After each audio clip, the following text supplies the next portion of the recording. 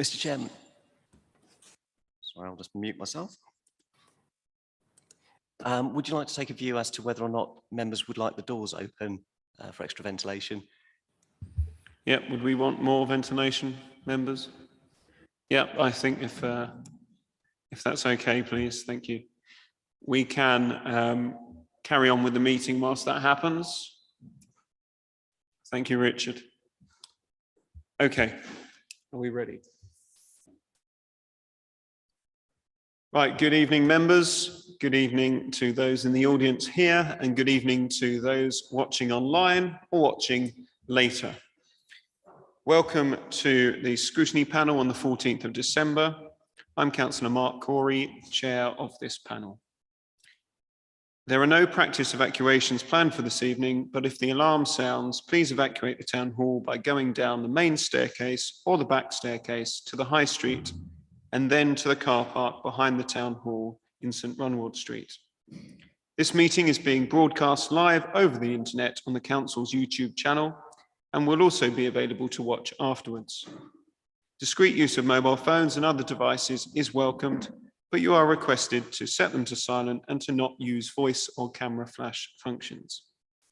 We may have a break at 7:30, subject to the progress of business. Introductions. As I've said, I'm Councillor Mark Corey. I'm Councillor for Wivenhoe Ward, and I'll be chairing the meeting this evening. I'll now invite all officers and councillors to introduce themselves around the table, and I'll move to my left. Sorry, my right. Richard. Richard Block, Assistant Director for Corporate Improvement Services and Senior Management Team Support for the panel. Lynn Barton, Shrub End Ward. Adam Fox, representing Old Heath, the Hythe and Rowhedge, substituting for Councillor Bourne. Lorcan Whitehead, representing Newtown and Christchurch Ward. Derek Loveland, Tiptree Ward. Lewis Barber, substituting for Councillor Nigel Chapman. Dennis Willits, Lexton and Braeswick Ward. Barbara Wood, Tiptree Ward. Owen Howell, Democratic Services Officer. Thank you all. Item 2 is substitutions. We quite clearly heard there that we have Councillor Adam Fox in for Councillor Tina Bourne, and we have Councillor Lewis Barber in for Councillor Nigel Chapman. Thank you. Item 3, urgent items. There are no urgent items scheduled for this meeting. Declarations of interest. Councillors, can you please declare if you have any declarations of interest for this evening's agenda? I see no declarations. We'll move on. Item 5, the minutes. The minutes from the 12th of October and the 9th of October are to be approved this evening. And I thank Councillor Wood for pointing out some typos on the minutes which have been accepted by our Democratic Services team. Thank you, Owen. So can we agree both of those sets of minutes, please? Agreed. Okay, thank you. We can move on to item 6, General Have Your Say. I've not been made aware of any public speakers. Are there any at all? No. Okay, thank you. Moving on to item 7, decisions taken under special urgency provisions. No such decisions have been taken at this point. Item 8, Cabinet or portfolio holder decisions called in for review. There are none. Item 9, A and B items requested by members of the panel and other members. No items have been requested. So we move to the main items. Item 10 is the portfolio holder briefing from Councillor Lissamore. Portfolio is resources and she is Deputy Leader of the Council. So good evening, Sue. Welcome to the table.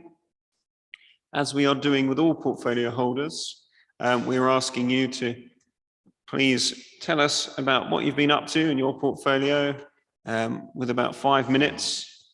The leader took a bit more, but he's the leader. We allowed him to. I think 5 minutes is appropriate. So over to you, Sue, and then we can follow some of your lead and then ask questions on other items of your portfolio and deputy leader role. Thank you. Over to you. Lovely. Thank you all very much for having me here this evening.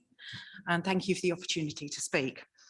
The panel asked for a verbal update from myself on where we are and what I've experienced in the past few months as portfolio holder. It has been a steep learning curve, I will admit, having not shadowed the portfolio before, but the past experience I had as Finance and Scrutiny Chairman has helped. I am certainly of the Margaret Thatcher School of Accounting. Any woman who understands the problems of running a home will be nearer to understanding the problems of running a country. I'm not an accountant and will never try to be, but I do hopefully understand about balanced budgets and the need to be financially adventurous, balanced with being financially prudent. I also have strong feelings when I see something I believe may have been right in the past, but is not appropriate today or in the future. A spend that may have seemed sensible to some pre-COVID now does not appear to be relevant. As you will recall, the strategy was set in July and the transformation proposals to October Cabinet. The discussion both at Scrutiny and at Cabinet centred around the dropping of the youth zone funding from the MTFF. To reiterate, the decision was actually a simple one and was led by the Chief Financial Officer. It was incorrect to keep it in the budget. That does not mean to say that it cannot be added back again when and if funding becomes available. And I have to say that I'm disappointed that despite Councillor Corey's determination that the meeting would not be dropped, the matter would not be dropped, the subgroup have failed to meet yet to discuss the future. As a reminder, we need capital funding, revenue funding and a site. I look forward to this meeting in the very near future, I hope, so that we can move forward following the excellent proposals I'm sure you will come up with. The Cabinet decided very early on that the locality budget would be increased back to its previous level of £2,000 per councillor. This is another example of what might have been a sound decision pre-COVID, cutting the budget in half, when it has been so useful to charities and voluntary groups, but we felt it was not the right decision now. I would like a full review of the locality budget scheme in the future to see if we can improve it, as some councillors do not like it. But we need some stability until the COVID crisis is very much behind us. It was also important to give some stability to our arts partners who have suffered commercially in the past couple of years. And so we were proud to announce their continued funding until at least 2024, including inflationary increases. And one of the biggest concerns, in my view, in the next year are inflationary pressures. I grew up in an inflationary world, but there are many here far younger than me that perhaps don't remember when we had to consider inflationary costs. The good news is that the forecasts are showing a slowdown, certainly towards the end of 2023, and a return to a 2% pressure, which is certainly more like what we are used to. We have looked in details at fees and charges, with each portfolio holder being responsible for their own departments. These were brought to the November Cabinet and very difficult decisions had to be made by the portfolio holders. The same can be said for the increase in council tax. It has been an extremely difficult year to estimate income from car parking, our leisure services and events, and it continues to be a challenge. Despite no official lockdown, as we know, some are very concerned about going out into crowded environments. The budget gap continues to be a concern, and add to that our COVID status, it produces a very difficult budget to balance. I would like to take this opportunity to thank the officers who are working on this on a daily basis, because we still do not know what the COVID outcomes will be. We have, however, to accept that COVID is with us permanently. This perhaps gives us the opportunity to look at developing new schemes, more outside events, more use of sustainable transport, etc. But it does make it incredibly difficult to guess future income streams. COVID has, however, given us all a chance to change our working habits. We have projected a £20,000 saving next year on mileage claims, for example, which also reduces CO2 emissions, plus a further £27,000 saving in printing and using our digital expertise more. We also need to review our working habits. The council has done its bit to work with other agencies to share office space. This must be continually reviewed to support our staff who can work from home, but also support those that can't. Both with council tax and business rates, we have excellent recovery rates locally, which not only help us, but also the other authorities who we collect for. We are also proud to continue the work of the local council tax support scheme. Now is not the time to reduce funding to this.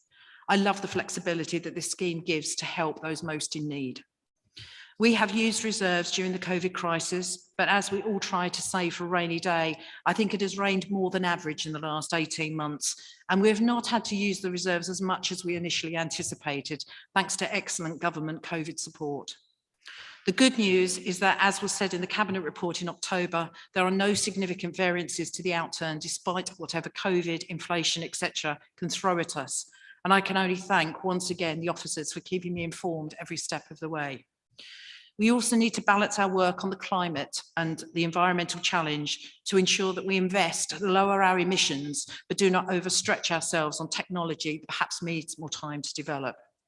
But this is not all doom and gloom. We have some exciting schemes ahead, none more than the Town Deal programme and Estate Regeneration Fund. As fellow councillors, you will share any excitement at the litter and dog bin policy. Whilst this might not light the fire of residents, to know that we have a policy to allow new bins or to allow the moving of bins to where they are most needed is indeed a good news story. So I think I might have gone over my 5 minutes just a little, but thank you again for the opportunity to speak tonight. And I will do my best to answer any questions that you have for me. Thank you, Sue. I think you're right on time there, so that works for me. I have some questions, but I'd like to invite others to come forward first. So councillors. Councillor Wood, please, Barbara. Thank you, Sue, for that. What have you done to actually save money, please? Okay, that's a simple one to start off with. When we first took control, we obviously went through the spending proposals that were planned for this financial year with a fine-tooth comb.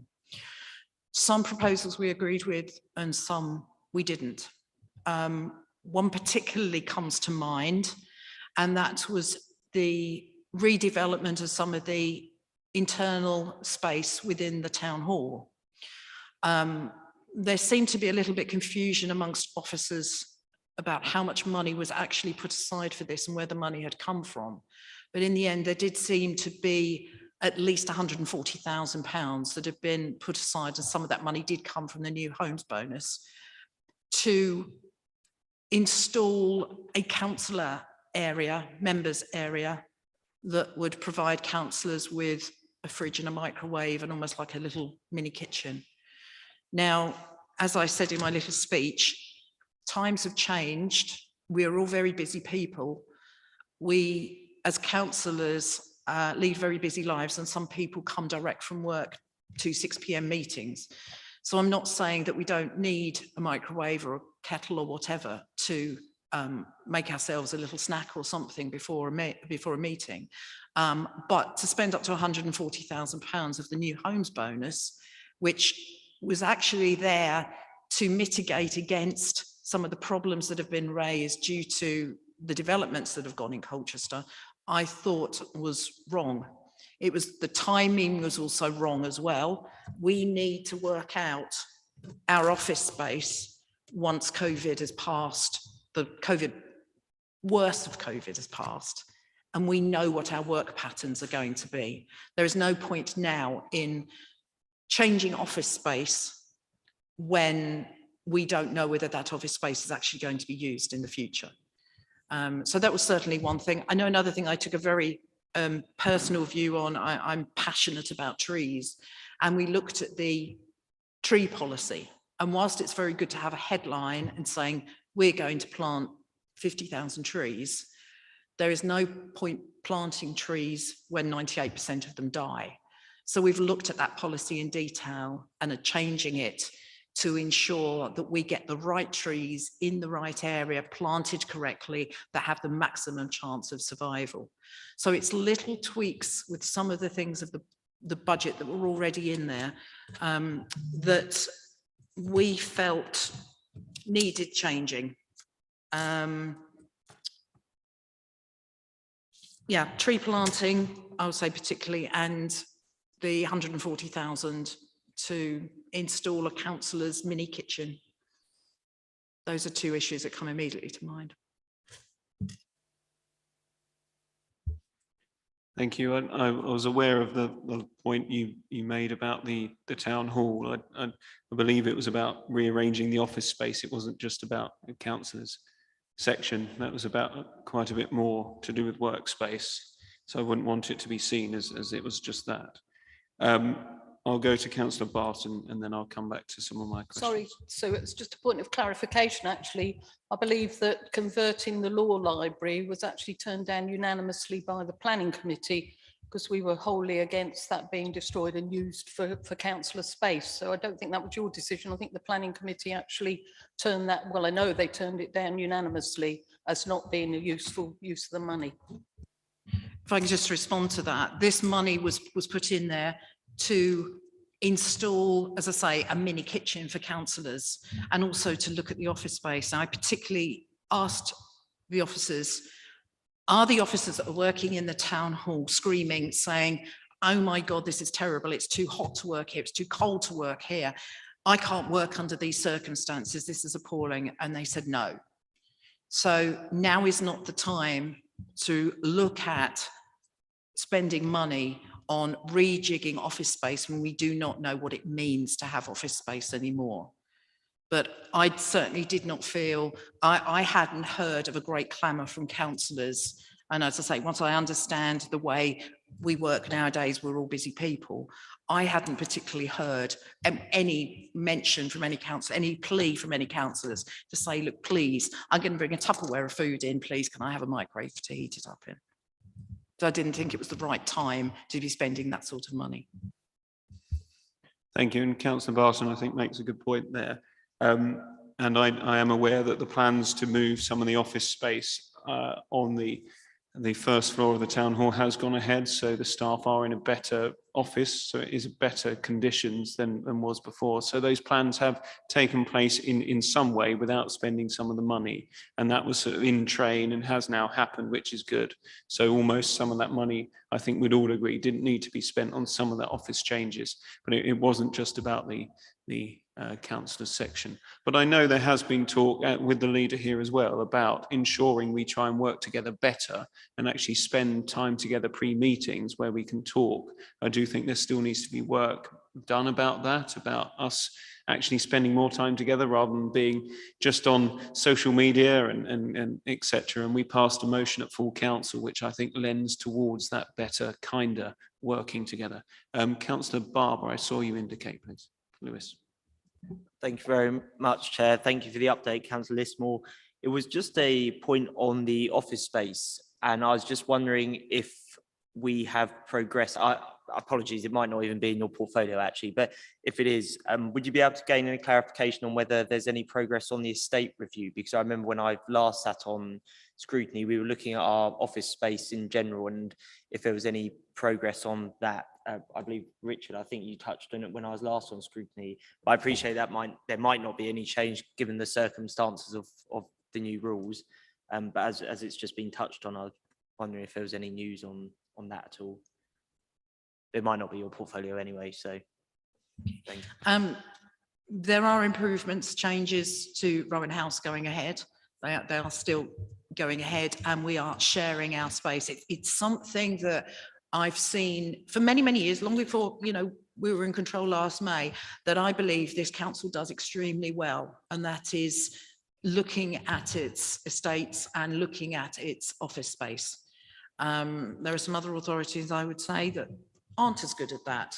And to give you another example, the Community 360 building, which is I think it's actually the official sort of soft opening tomorrow, where it's run by Community 360, but Colchester Borough Council are going to have a stall there. And we must always ensure that we are available for residents. Being online is great, but obviously we know that there are some residents who don't work very well online. And to have that Community 360 building there, right in the town centre when people are walking past, and to have a stall there for Colchester Borough Council is absolutely brilliant. But looking at the estates programme, it is ongoing, but we don't know, certainly with office space at the moment, how we're going to work in the next few years. We're going to have to wait for COVID to calm down just a little bit, but we must support our staff who do not have the opportunity to work from home always. Thank you. Thank you, Sue. And Lewis, I thought you were going to comment on that previous item, but that's a question. Sorry. That's okay. That's a question I was going to ask about the estates, actually. And so, as you say, we've had a very good programme of sweating the assets over time, and the decisions on Rowan House that we've taken are actually quite apt for the time that we need less and less space. So we have Essex County Council now renting part of the office space, that a deal that we put into action a little time ago, and Sheepan Road, where we've developed council owned business sites that are being rented, and other ways in which we've sweated the assets. Have you, since being in the portfolio, come up with some new aspects of how to sweat the assets, or found anything new in order to take it forward from what the previous administration had done? That's one of my questions, and I'll come back after that. Thank you. Okay, thank you. I think we need to be inventive. We need to be, and I hate this word because I can barely say it, innovative as well.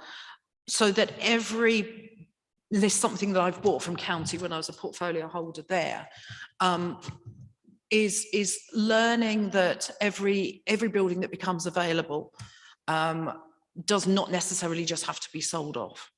It can be used, we can develop it ourselves, and we can then do what we want to do with it, whether that be back into office space for someone else, or whether it be, and we let it out, or whether that be residential space.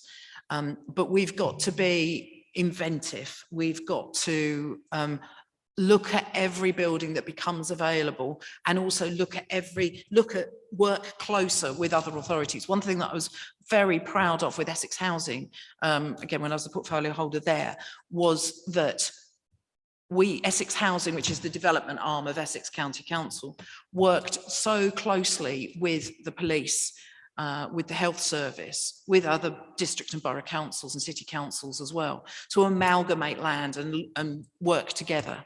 So that is certainly something that we've spoken about a great deal. There are no particular projects at the moment, but we are very much aware that we could work extremely well particularly with Essex Housing, to try and develop some sites in the future. Thank you. Okay. So I was actually going to say similar to that. I was going to say, okay, if there aren't any ideas at the moment, I know that Essex have a lot more in terms of assets and a lot more to be sweated. So I'd love to see that we could take on anything that they aren't able to make money out of, because we have been much more effective at it locally. And I think that is because they're a much larger organisation. It's easier when you're more nimble, a bit smaller, to sweat the assets. We've got such a good track record. I do think we need to start looking beyond our own resources now. And there could be a deal, and because of your previous history and relationship with the county council, it could be something to look into, because I do think we need to go further with the pressures on budgets. We need newer ways of making money, and other ways of saving money, which I know you're interested in doing, of course, and trying to find other ways. I will move on at this point and go to others. So Councillor Fox, please. Thank you very much, Chair. Thanks very much, Councillor Lismore, for your opening presentation. It was really interesting to hear you talk about household budgets, because of course, a lot of residents are really feeling a squeeze at the moment in terms of the cost of living. And we know that national insurance is going up next year, that people are experiencing higher energy bills, that inflation is set to hit 4.7% at least. Now, the government in the spending review suggested that council tax would increase by 9% by 24-25. And I just wondered where you thought the balance ought to lie in terms of council tax increases for local residents over the coming years.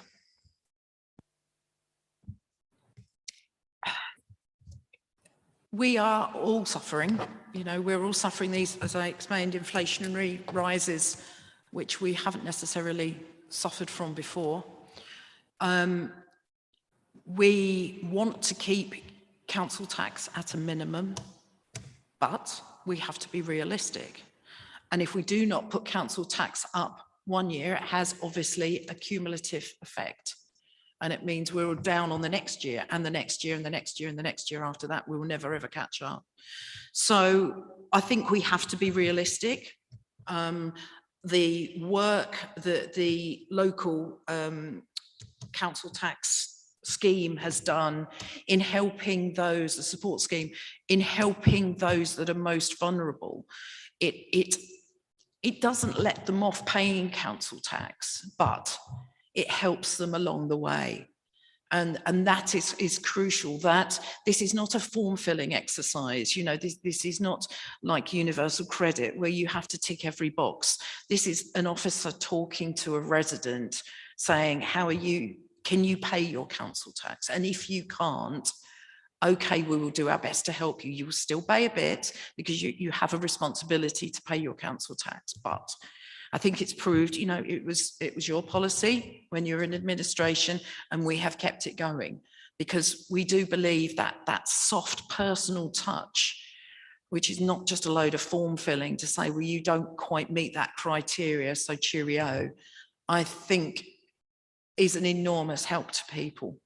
But it also explains to them as well that they do have a responsibility to continue paying their council tax, and the council tax recovery rates, as I said in my little speech, are better than we expected. You know, after COVID, we did expect them not to be at this level. So again, officers have worked extremely hard and have been very, very efficient, and I'm incredibly proud of them because, as I said, it's not just us. You know, that has a knock-on effect for all the authorities as well. So I think it's about it's about being sensible, but it's about being realistic in the future. If I could just come back, I think you make a really good point about the local council tax scheme. It does exactly that. It really helps those people that are struggling. Of course, there are those people just above that level, and they've been given various labels over the years in recent times. They're just about managing, or the squeezed middle.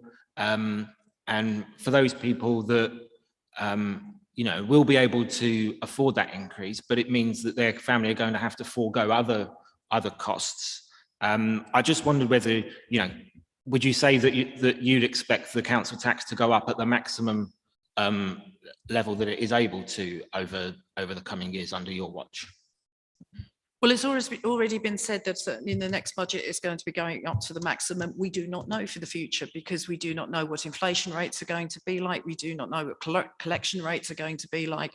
So it is impossible to say what it's going to be like. However, one thing I know that, I mean, I'd perhaps say that we're one of those families of, you know, just about, you know, surviving. I have lodgers, for example, to pay for all the extras that we, you know, want in life. You know, we don't have it easy in our own household. But what the government has done, and so, you know, bringing in central government here, is by helping those who are on the lowest wages to pay less tax. That has really helped those that are in the darkest need. And again, that is what the local tax support scheme is doing as well.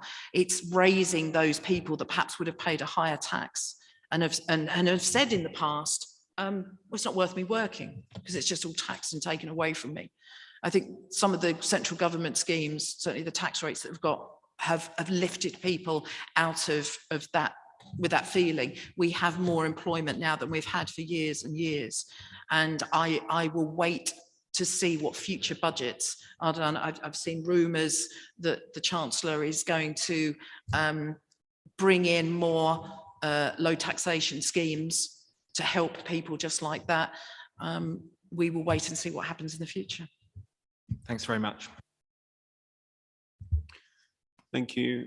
There was one question I forgot to follow up earlier. You talked about the saving money. You gave us an example of 140,000, and then you talked about the tree policy as well. How much do you think you've saved from the tree policy, or will be saving? We're not saving money from the tree policy. We're just using it more cleverly. This is an example of a policy that we completely agree in. I was saying my legacy as a councillor I want to see more trees, particularly planted in highways. I want to see visible trees. I want to see, trees in pavements. I want to see trees on little greens. I want to see trees absolutely everywhere. And I've always said that's what I see as, I hope would be my legacy, that I can do this. So it wasn't a question of saving money from the budget. It was about using that budget better to actually ensure that the trees that were planted actually survive. We've had a very big case in Lexton. I know Adrian Pritchard has been sent many letters from a particular resident because he believed the plants that were the trees that were planted, at least I think it was about 92% of them died. And, well, we had a dry summer. Well, we always have a dry summer or a wet summer or a windy summer or something summer. We've got to ensure that if we are spending taxpayers' money, the council's money, we've got to ensure we do it as well as we possibly can. And so therefore we have tweaked the tree policy to ensure that we plant the best trees in the best locations.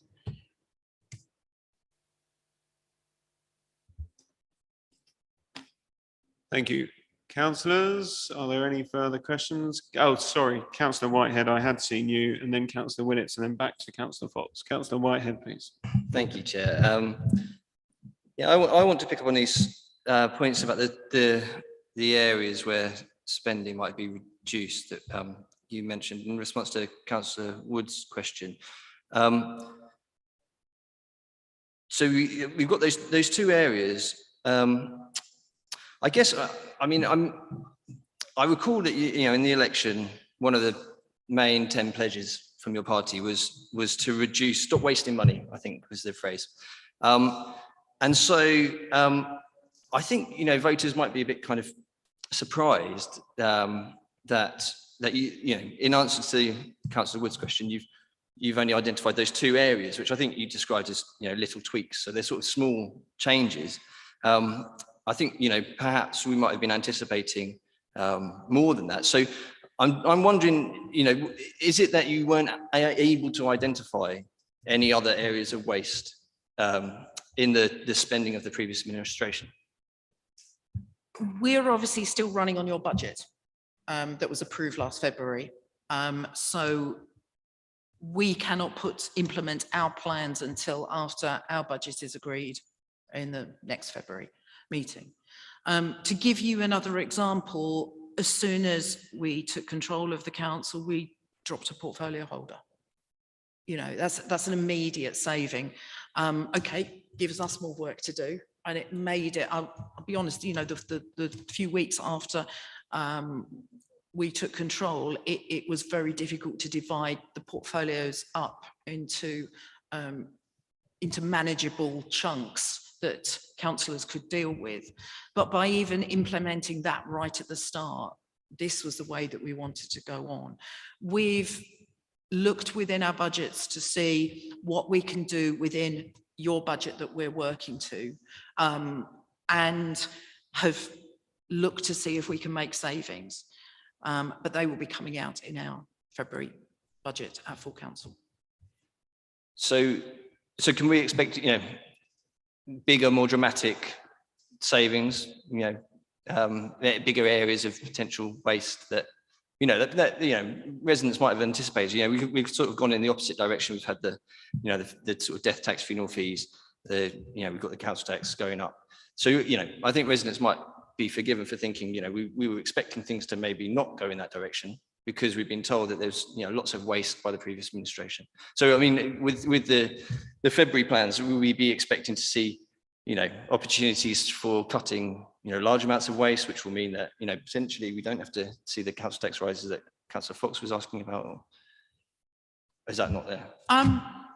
We'll wait and see. Thank you. I think that's a good question. It basically shows there isn't any waste, or there wasn't any waste, because if there's only one area where actually it's been trimmed, because in a budget you can change what you like. You can change a previous administration's budget. You can stop policies if you think there's waste. So quite frankly, I think it shows that it was a very well run and very efficient before. If that makes you happy, Mark, then yeah. I think we're all fairly happy with how it's being efficiently run. So I'm not surprised there hasn't been any further trimmings. I had Councillor Willits next and then Councillor Fox, and I've seen Councillor Barber. Councillor Willits, please. Dennis. Thank you, Chairman. Can I thank the clerk for circulating the scheme of delegation for the portfolio holder. It is interesting to read just how the issues were eventually segmented amongst the portfolio holders. I'm looking at item 5 to produce and implement the council's financial strategy, budget and resource allocation. We hear lots of debate about the resource allocation by subject matter, Chairman, but we very rarely hear or see any statistics about resource allocation by ward. And I find this a fairly interesting area, given that the ward I represent has has two of the most prosperous super output areas if you sort of drill down using the health service statistics and areas. In fact, one of them is the most prosperous super output area in the whole of East Anglia. But at the same time, within that area of prosperity, we have several areas of quite acute deprivation. And that is what prompts me to ask whether it would be possible, and I don't expect it to be furnished immediately from your handbag, but do you have a view on the way the £140 million of expenditure that we have is allocated to the wards? And do you think it would be possible to produce, without too much hassle and manpower, girl power, an analysis of the expenditure by ward and the amount of resources to deal with deprivation that we are putting into each of the wards? I've got 3 questions, so I'll pause at that point if that's okay, Chairman. Okay, thank you. I think it would be difficult. I'm looking to Richard here. This is something we will take away and we'll see what we can agree. I think some of the difficulty you're going to have is the officers obviously work to do a job. They don't work to do a job in a ward and then work to do another job in another ward. So they're not perhaps particularly aware what ward they're in when they're doing some work. So it might be a little bit difficult. You also have, you can have a huge disparity. If we say, take for example, my own ward of Prettygate, there are 2 areas of deprivation there. But there's also some very good areas as well. How you then even that out to sort of look at spend, would be a little bit difficult. I think one of the things that frustrates me is you can have a ward like, I'll say your own, my own, where I always feel we ask for very little and then we don't even get that. It can be very, very frustrating. And I think we've had a summer of discontent particularly of hedge cutting. And I know that's only a little minor thing, but it really matters to residents. So it's things like this that I think we need to look at. One thing I've asked for, which I've been told at the moment is very difficult to do, but it's something I'm really going to press for. I think we need, as councillors, more power in our hands. And if we have a hedge, for example, on a footpath that hasn't been cut, we need to find out, we need to know whose responsibility that hedge is. So we need a really good, easy database or a map that we can go to and just go, oh yeah, that's a Colchester Borough Council hedge. Yes. Oh, right. Well, I know then to contact Colchester Borough Council. We have our own databases that we build up over years. We need that. We also need, and we have, I was hearing today that we've been awarded some money to improve the member and customer database on reporting issues.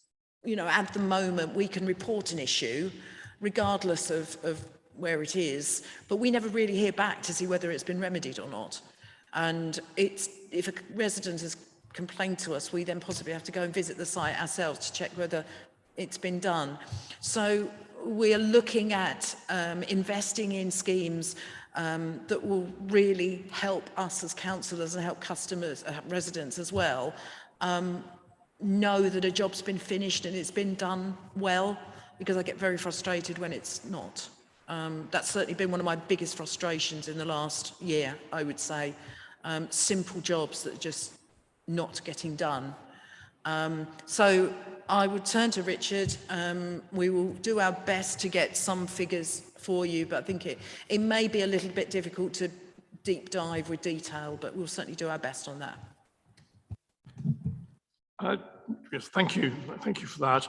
But of course, noting that you are the champion for the continuing delivery of the council's digital agenda and coordinator of the development of the council's websites and online transactional processes services, presumably it would be within your gift to start to ensure that when we provide services for deprived families, regardless of which ward they're in, a record could be kept as part of the council's processes of where those services are being allocated.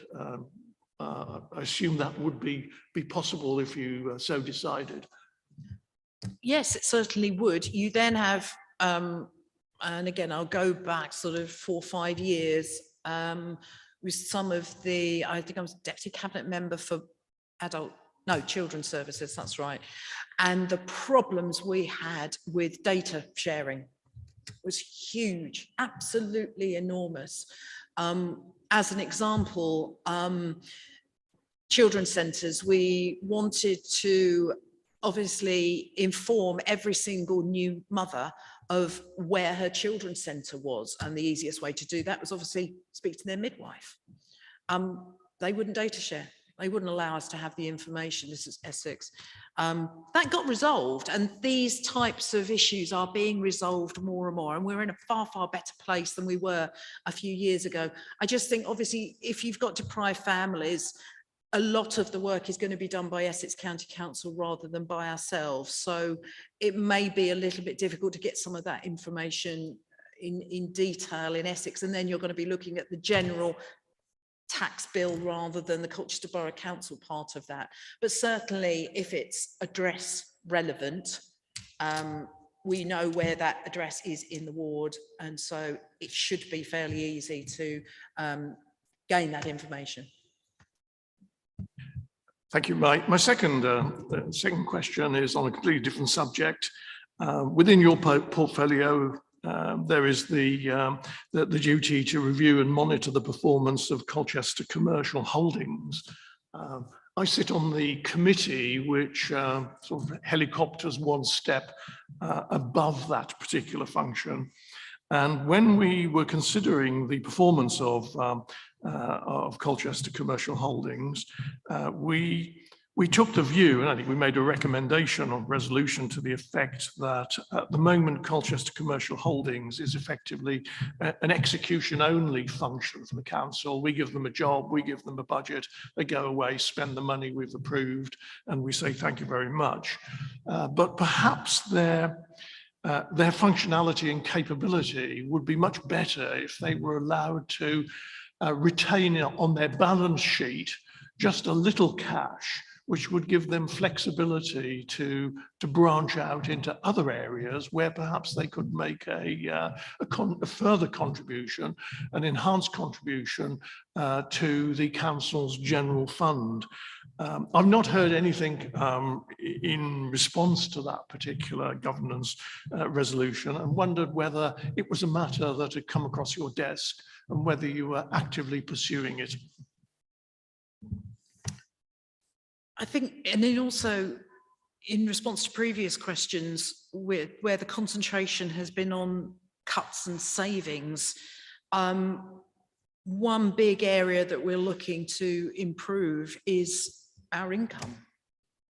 If you have an increased income, you don't need to make cuts, you don't need to make savings. However, there is a problem. The Department of Levelling Up Housing and communities is looking at changing the minimum revenue provision. And that's putting a bit of a spanner in the works at the moment. And we want to wait and see what that actually means for us as a council. I think before we make any absolute huge investments. So we're just, that's a watching brief at the moment, to just wait and see how that moves before we go any further. Thank you, Chairman. And my final question is on our customers. I see within your responsibilities, you examine and review the council's customer service culture, processes and performance, and you review and monitor and improve consultations and communications between the council and its customers. It's one of my standard speeches, which I'm sure you've heard before, that we tend to treat our customers as though we were a Stalinist organisation. We just tell them what they're going to get. We don't really want to listen up to their view on whether we're doing the right thing, that they either like it or lump it. Whereas your terms of reference are written very much in terms of customers rather than consumers of a monopoly supplier. So I wonder whether you could just say a few words about how you are developing the customer experience for the council's services. And what prompted me to ask that was that one of my residents recently asked, why do we no longer have 8 bags of garden refuse collected over winter? We always used to, and we don't anymore. And that's what they want. So what are you doing to ensure that you garner what customers want of the council and ensure that the council moves to provide those sort of general municipal services, which we can't get way out, but essentially those broad services to the majority of taxpayers, which is what they want rather than what we want to provide? Every resident has a right to have their rubbish and recycling collected, any experience they have as a council to be the best it possibly can, whether that is a visit in person, whether it's by post, whether it's by telephone, or whether it's by computer. I'll give you an example of something that happened at the weekend to me. I reported some garden waste bags that hadn't been collected. Went through the system on the computer website, and it told me that everything was working perfectly and my waste had been collected as I stood there staring at the waste in front of the property. That's not good enough. That's obviously a little glitch in the system, and that needs to be improved and that needs to be changed. The Community 360 shop, which was I have a feeling is opening tomorrow, that again will give the opportunity for residents to deal with issues on their terms. They don't have to go online. I always ask the question when we're talking about anything that goes online, well, they've got to do it online. Well, what about, and I call them the lowest common denominator in it, and, you know, what happens to that person that cannot go online? Oh, well, like, no, I want that to be, I want people to do it online. We know that's the cheapest. We know that can be the most efficient. But I want to make sure that every customer who has a dealing with Colchester Borough Council has the best possible dealing.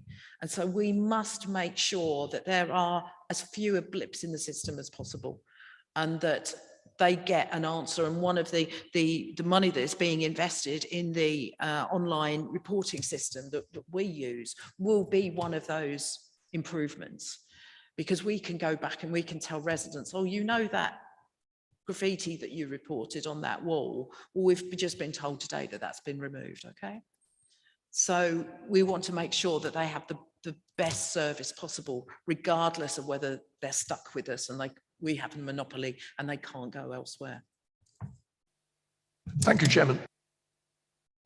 Thank you. Just before I move on, I just wanted to say the one Colchester hub that will be in Longwire Street sadly won't be doing its opening because of Omicron, and instead actually they are providing a walking clinic from the one Colchester hub in Longwire Street on Friday the 17th from 10:30 till 2:30. Hopefully, when we get through this period, that will be a fantastic hub run primarily by Community 360, but as Sue has said before, with Colchester partners from our council and others in there as well. But I just wanted to say I had seen that had unfortunately that opening had been postponed for now. I have Councillor Adam Fox and then Councillor Lewis Barber next. Adam. Thank you very much, Chair. The last meeting of the Governance and Audit Committee reviewed the Council's capital programme. It totals over £120 million. The paper presented to the committee highlighted that 27 projects in the Council's capital programme were at risk. 2 of them were rated as red and 25 of them were rated as amber. A lot of those projects were considered to be at risk of being behind schedule and over budget. And you touched up on the challenges with inflation already. Now, there are obviously, a range of issues that are impacting on that. There's COVID, there's Brexit, there's the, particularly in terms of capital programs, there's the increase in prices for materials and the lack of tradespeople. But I wondered what you think will need to be done in order to get those projects back on track, and how the council will fund the overspend on those projects. Okay, thank you. One part of that is good contracts. I was informed, I think it's commercially sensitive, so I cannot mention where all the amounts here, but I was informed this week of an overspend on a particular project that we are not going to have to pay personally as a council because it was written into the contract that someone else would. So one aspect is that we have to be extremely careful with the contracts that we sign. We have to negotiate very cleverly. We have to work with these other organisations and share the load, as it were, and also look, I think, a lot more into joint working. One of the criticisms that we had before May was that particularly Colchester Borough Council didn't work very well with Essex County Council. I know why, it's politically sensitive. Perhaps the administration didn't agree with a lot of the schemes that Essex County Council were putting forward. However, we are where we are, and they are one of our, probably the major partner in ensuring that we get jobs done and we get them done efficiently. So I think to answer that, as I say, it's about good contracts, it's about negotiation, but it's also playing nice and working well together. Could you just touch on which particular projects you think those are that will require working better together with Essex County Council? I mean, some of those projects will be commercially sensitive, but I think it does help that all of the county councillors from Colchester at present are borough councillors. I think that helps a great deal, and being a double hatter, in that we can share information and we can look at how we can work better together. Sometimes, yes, it fails and it doesn't work as well as we'd like, but I can, with some of the changes that are going to be taking place on the roads within, the High Street, Crouch Street, cycle paths, that type of thing, that is something that is not Essex Highways alone. That is something we've got to work together on and have a joint vision. And I think that is, by having as many double hatters as we do at the moment, I think that can only be a good thing. Thanks very much. If I could just turn to one specific project. We were told that the new community centre in Highwoods, the St Mark's Community Centre, would need an additional £300,000 to cover the costs for that. Could you tell us where that money will come from in the budget? Richard, do you remember that off the top of your head? I can't off the top of my head, but I can get the information and pass it through to the committee at a later date, if that's possible. Sorry, so is that because we don't know where the money will come from, or that we're not, you just don't know which particular allocation? I just want to make sure that I get you the correct information, because I know there's some information I've been told that I'm just trying to confirm whether it's this particular project, which is coming from additional Section 106 money, but I want to make sure that you get the correct information. So I think that's a one that we will come back to you on. That'd be brilliant. Thanks very much. Thank you. Councillor Barber, please. Lewis. Thank you, Chair. Some follow-up points, I guess, perhaps more than questions, but I'm sure there'll be a question there somewhere. Just for starters, on when Councillor Willits was reading out the terms of reference, as a general, and members of my community have actually raised this as a point that they feel a bit hostile against, I guess. It's not something that started since May. It's, I think, just as we've gone more commercial, as local authorities have gone more commercial, is the reference to the public being customers.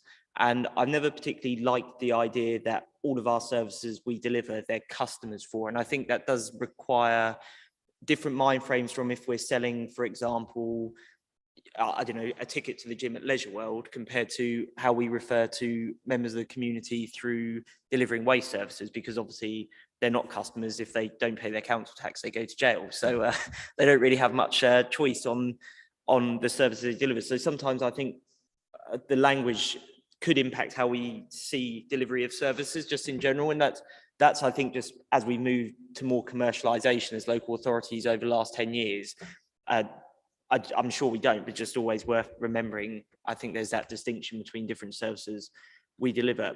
You mentioned hedge cutting, actually, which is a really interesting one, because I've been emailing Councillor Crowe quite a bit on how we use our highways ranges, and I just think on the feedback perspective, I think there's more they can do. And if there's any way, speaking about the partnerships of Essex County Council, where they could maybe get involved in work such as cutting hedges with traffic management, I think that could be in the future somewhere really worth exploring. So again, that's not really a question. I guess it's just a feedback point of view why I have the opportunity to say it, I guess, to another cabinet member, because I have written to Councillor Crowe, and he's very he's very sympathetic, taking away and everything, etc. But always worth me lobbying on that point.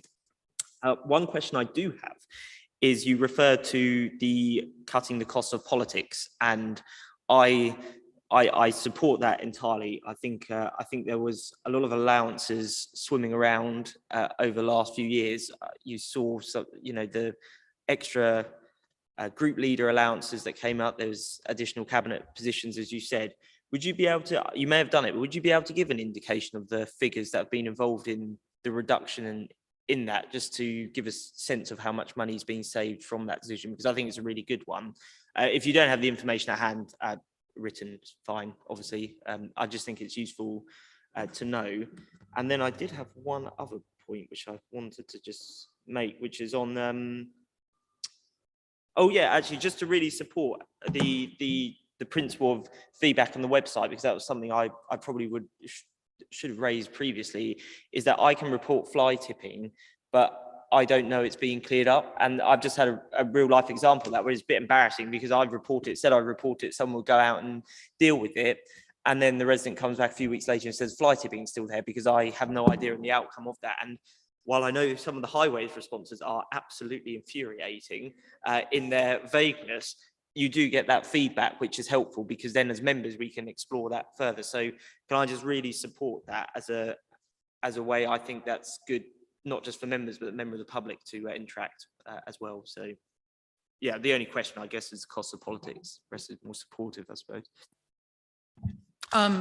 Yes, as I say, I was in a meeting this afternoon, where we were talking about the exact, a grant that's been given by government to Colchester Borough Council to improve our IT.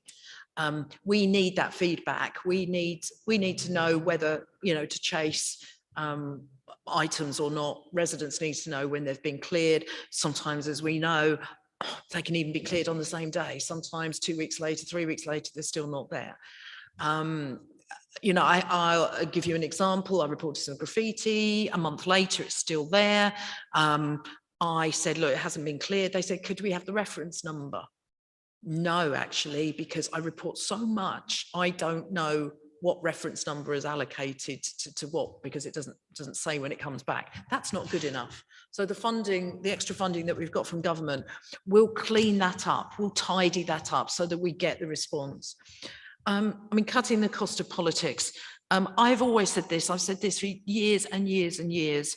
You cannot run a multi-million-pound business on a 9-month business plan. If you want this council to be clever, to get more funding coming in, to be more commercial so that we have to make less cuts and raise tax less, then we cannot do it on a 9-month business plan.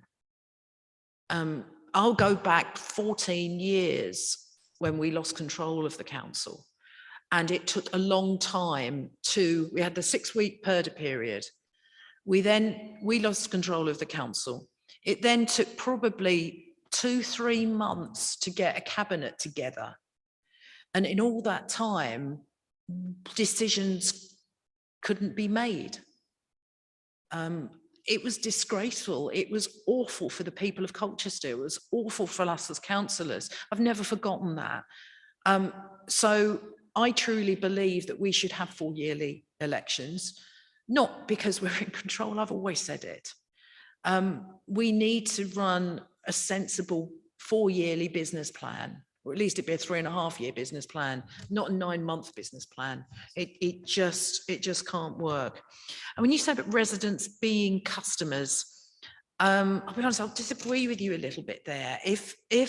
I know, don't be hurt, that's fine. If we think of residents as customers, we want to serve our customers the best way we possibly can. We know with their refuse, they can't really go anywhere else unless they're a business, unless they want to pay for a contractor to come in and clear it. But if we treat them like, well, we know you can't go elsewhere, so you're stuffed, you've got us and us alone, are we going to possibly give them the best service? I don't know. We're in an interesting situation. We're obviously choosing our new chief executive, as you all know here. We're looking for a commercial lead as well from the candidates that we are seeing. We need someone to increase that commercial viability so that we have that buffer to ensure that we don't have to raise tax so much and that we don't have to increase fees. Then there becomes a crossover between in that service you're a resident, but in that service you're a customer. So it's a fragile one. Thank you. I think that ends our questioning. And just on that note, I'll agree with you. I've never liked the term customer as such, but we can talk about that in more philosophical sense outside of this room. But I think that ends, as I say, this part. I'm sure there'll be other questions on performance later for the leader and perhaps for you as well, Councillor Lissamore. So thank you for coming. I hope that was a useful challenge and you can go away with some reflections and come forward with any answers that you said you look into that you couldn't answer today. Okay. All right. Well, thank you. No. Thank you all very much, and take this opportunity to wish you a really healthy, happy and relaxed Christmas and New Year. Thank you. Thank you. So we can note that we have carried out the scrutiny of the resources portfolio holder and deputy leader. There are no recommendations or resolutions as part of that agenda item. So we'll move on to item 11, which is the half year, April 2021 to September 2021, performance report, key indicators, performance indicators, KPIs, and other performance news. So the reporting officer is Richard Block. And do we have Councillor Dundas? Are you coming forward on this one? I believe it is now in your portfolio. So welcome this evening. I can go to you, Paul, and ask if you want to start or want to go to Richard. But what I will just do, in case I forget to do it when I finish, is also wish everybody happy Christmas. But I think the report probably speaks for itself. As you said, I had more than my 5 minutes at the last meeting, so I will let you claw some of those back by not doing my full 5 minutes now. I'm sure you've all read the figures, so I'll let Richard introduce it and then I'll come back on any questions afterwards. Thank you, Richard. Yeah, thank you. Thank you, Chair. Thank you, Leader. So the report, it does stand for itself, and I think that this panel will probably be used to receiving these reports. It provides a 6-month review of performance against the council's key performance indicators, and the panel are reviewing this in advance of Cabinet considering the same report. I think what's being requested of this panel is to review that performance, identify where performance is not where it needs to be. So particularly, looking at those red indicators, as well as obviously complementing any good performance you see, working out the corrective actions that have been put forward. Are you satisfied with them, or are there any areas of concern and recommendations you wish to make through to Cabinet regarding any of the areas of performance where you might have a concern around? And I'd leave it at that. So, as I say, I think the report speaks for itself, and take any questions. Thank you. Thank you, Richard. Owen? Yes, Mr. Chairman, and just to let you know that Rosa Tanfield is joining us remotely. If members have any questions about her area of expertise with waste collection and the like. Excellent, thank you, Owen. That's really helpful. I know I've got a question on that. So I look around the room, and Councillor Barber, you're first, please. Over to you, Lewis. Thank you, Chair, making the most of my substitution performance this evening. I always enjoy the KPI report, rather oddly, when I was a member of the panel, and not least how we present and describe, I guess, certain performances where the public may take a slightly different viewpoint in how we measure success. And I draw particularly on the additional homes provided. Now, previously in the report, where before May, where there was an over delivery of houses compared to the council's own set target of housing, that is presented as a success. Now, if I went to my communities and said, I've just been in a meeting and celebrated an over delivery of housing in the borough, I don't think I would be a member of the authority for too much longer. So I was wondering if there'd been a change in the mindset on that KPI. So obviously there's a small, you want a bit of room either side, but whether in future reports we might not describe it so much as a roaring success when we build more houses than we need to. I do have a second good question, but I'll let you. Oh, shall I do the second one? I'll do the second one while I'm at it, while I'm in full flow. The other one is on the planning applications decided. Now, processing of major planning applications. Now, I guess more on major planning applications, just thinking than any other, is if we were able to measure how successful we were at appeal as well. So the reason I say that is it's because it's all well and good, I guess, as processing applications, but if we then make a decision that is overturned at appeal, in particular, obviously rejections, then maybe it's that we do need to consider how we're dealing with planning applications. So I'm sure it's not the case, but there might be a scenario where certain applications might end up to be rushed because we're trying to hit certain KPIs. And actually it might be a good measurement anyway, is how we're performing appeals more widely, because that's quite an important, think how many times we discuss at local plan committee about appeals. So just maybe as a performance measurement in future, because I more than anything, I want to see the KPI report get even longer. So thank you very much, Leader. Well, I'm delighted you like a nice KPI. Who doesn't? Yeah, I mean, I think in the presentation of the report, I think that's a very good point.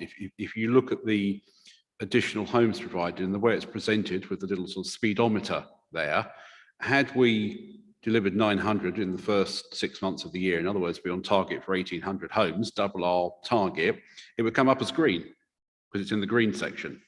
So you have to look at some of these KPIs and think, well, actually, that you want perhaps a green and orange section, and if they go too far in the wrong direction, that should be a red highlight as well. I mean, housing deliveries, it's a tricky one in the sense that you don't necessarily get a set number of houses. Everybody decides to finish on March the 31st and then start again on April the 1st. That's not how houses are built. So you do probably need to look at more of a 3 or 4 year average, really, because otherwise you can get a very false figure just by looking at 1 year. I've said quite clearly, I think our housing target is 920. That is what we've been set with under the OAN. We can't avoid that. You know, I would like to see it reduced, I think, a little bit, but at the moment, that's not an option.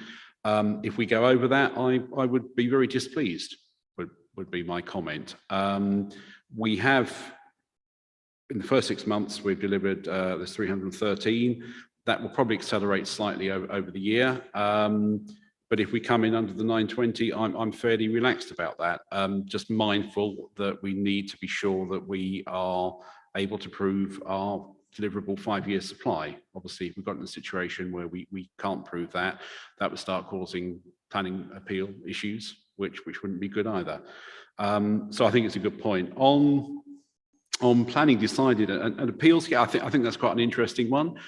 Obviously, you're slightly beholden to the decisions the planning committee takes as well. If the planning committee goes through a phase, whatever reason, that it refuses or decides to refuse a number of applications for whatever reason, which are not on good material grounds and are not a very defendable reason, then you could see it skewed slightly. Again, on decisions of major applications, I'm not quite, Richard may be able to tell me exactly how that's derived, but one of the things which seems to be holding them up most of all at the moment is S106, to be honest, particularly around highways improvements and things like that. If you get into a long argument, and I can think of one major application in Colchester, which got bogged down into what I'd probably call S106 highways hell, and took about 18 months to sort out. Again, you get one like that and it very, very much skews the figure. But on all the KPIs, I think you have to look, you can't always just look at 1 year because these things do bounce around a little bit. Thank you. I'll note those indications just there. Thank you. I'll just ask a couple of questions myself, and one reason Rosa is here is I did want to ask about waste and recycling, but I'll ask you, Leader, and see if you also have support from the officers. So waste and recycling is one of the most fundamental things we do, and we all believe in that collectively. It's cross-party that we make sure that's a good service and that we continue to increase our recycling, reuse and composting rates. That particular indicator, K1W2, is slightly, they say slightly behind target. The waste collections has dropped, and that's an issue. I wanted to ask why we are a little behind on reuse, recycle and composting, why the waste collections have dropped quite dramatically, which is K1W3. And we are a little behind as well on residual waste being landfilled.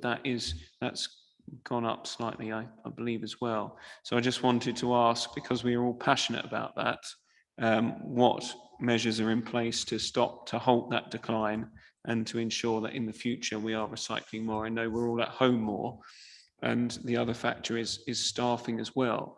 In the previous administration, we had a policy of overstaffing, attempting to do that. I just wondered if that is still in place and what the struggles are. Thank you. Thank you. Yeah, I mean, our officers might want to come in and add a little bit more detail. On the residual waste, you're quite right that there has been, I think, a fundamental change in working practices for many people. And I think the target was missed last year as well, and we've missed it this year. I think perhaps we maybe need to actually say, well, are we setting ourselves a realistic KPI in the world of 2021? Because a lot of things we took for granted in 2019 no longer happen. You know, there has been a shift in people's lifestyles. Now, how permanent that is, probably only time can tell. But the simple fact is, rubbish, for want of a better word, people were getting rid of and producing at work, which was going into trade waste, is now going into domestic waste because they are sitting at a home office rather than a commercial office. If you've got 30% of people working at home, you're going to see quite an increase, and people will do that. So is the original KPI actually achievable in the modern world? I think maybe officers might want to comment on that, but perhaps we do actually need to look at several of our KPIs and say, well, are they fit for purpose in the current environment? On the collections made, we are not, we live in the same world as everybody else. The council is not in a vacuum. We're part of the world out there.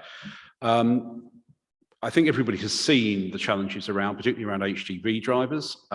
We have had people trying to poach our staff, actively doing so.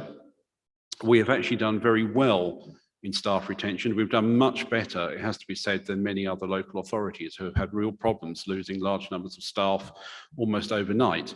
You will get, I won't name any names, but fairly large multinational corporations standing outside of waste depots offering signing on bonuses to drivers. I don't know if we've actually had that in Colchester, but I've certainly heard that happening in other areas. We've done well, I think.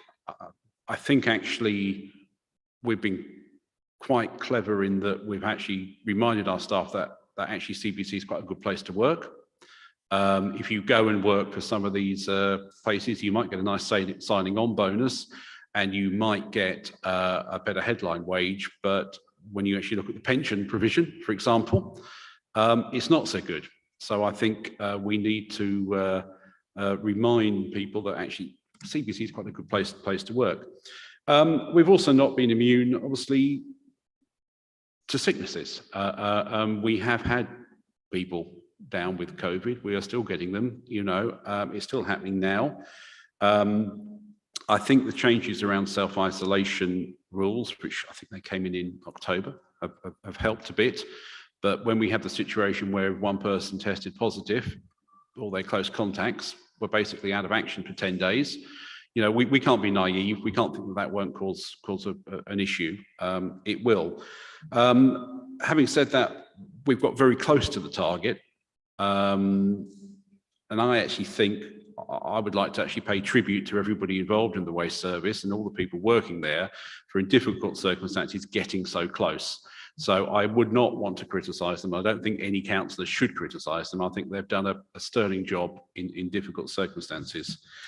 I think you did pick up on the, I think it was the composting. I will let officers come in with that because I think they may have more details than I do. And if I've missed anything, please do come back at the end and I'll pick it up. Rosa, are you there? Yes, you are. I am. Come in, thank you. Hi, hopefully you can hear me. So I'll go through each of those KPIs as well, just with a little bit more detail. In terms of the first KPI, which is in relation to the residual household waste. So this is about the amount of waste that is generated in kilograms by each household in the borough. And we have seen an increase for the reasons that the leader has explained. And during 2020, one of the most difficult years for delivering waste and recycling services, with the portfolio holder at the time, we did agree to changes around the collection methods. We had to change the way that we actually delivered the service. As we've moved into 2021, the way that we've delivered operationally those services have been further refined, and we've obviously been adapting to government guidance in delivering that. One of the things that we've further introduced and made more robust this year, as opposed to 2020, is around the limits of the number of bags that, or black sacks that residents are able to present. We were a bit more lenient last year because we fully appreciated the changes that we'd made around operational collection, pausing some of the services whilst we re-established what we were doing, had an impact on residents. So this year has been very much more around that education and now applying that 3-bag limit. What that has done in terms of the KPI performance is obviously set ourselves up at a higher level at the beginning of the year. So because this KPI is cumulative, if you start at quite a high level where you're not meeting your target, it becomes really incredibly difficult to try and meet it at the end of the year. But I'm feeling really reassured through the work that my officers are doing that 3-bag limits, the education, the online communication campaigns and other messages that we're sending out is really clear that residents need to take action, recycle more, reuse more, try and reduce the amount of waste that you're presenting. And if you have to present waste, keep it within that 3-bag limit or less if you can, because it's the environmental impact we all need to take some responsibility for measuring and trying to reduce. In terms of recycling and reuse and composting, that is actually moving into green now. And I think to a certain extent, it's because of that messaging and that implementation of the limit, of the 3-bag limit, has an impact on the percentage of recyclable waste. So we're moving much more in a positive position there, and I'm feeling fairly confident as we move towards the end of the year that will continue to be green. And obviously we're starting to think now about the implications from the Environment Bill, which will be starting to apply over the next few years, and that we'll have to make sure that we're supporting residents through that change and continuing to support them in doing more around reuse and recycling. And then lastly, in terms of percentages of collections made, I'm feeling positive that we can move much closer to that target. We're at 99.93 versus a target of 99.94, so 0.01% away from that target. And just to put that into context, each week our crews go out and collect from 3,400 properties. So it's an incredible amount of properties and waste that they're collecting. And so it's a very small percentage. But as the leaders explained, the operational impact of, firstly, the increased amount of waste has an impact on how long our routes are. So it can sometimes mean that we might miss the odd property, or if the guys are rushing, or if they're not on a familiar route. Sometimes these things happen, it's human nature. Sickness and COVID has had a significant impact. And if you have had any after effects from a COVID jab, I'm not saying you should still do that. If you're having to go out in all weathers, lifting tons of waste per day, as well as walking miles, that can have an impact on you, that might feel like you need to have that day off sick. And that's what we would do to support our staff. We're doing lots of other things to support our health and well-being of our staff as well, and making sure they've got all of the right tools, all the right equipment and right facilities to enable them to work really well and healthily in the workplace. Sickness and those kind of things does mean that we have to bring in either agency staff or move staff around. And when you move staff around, that's where you start to see a little bit of a drop of performance.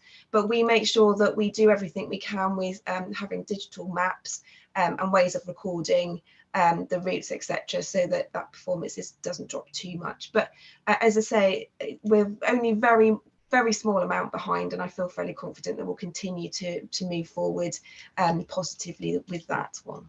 So that's my updates. Thank you.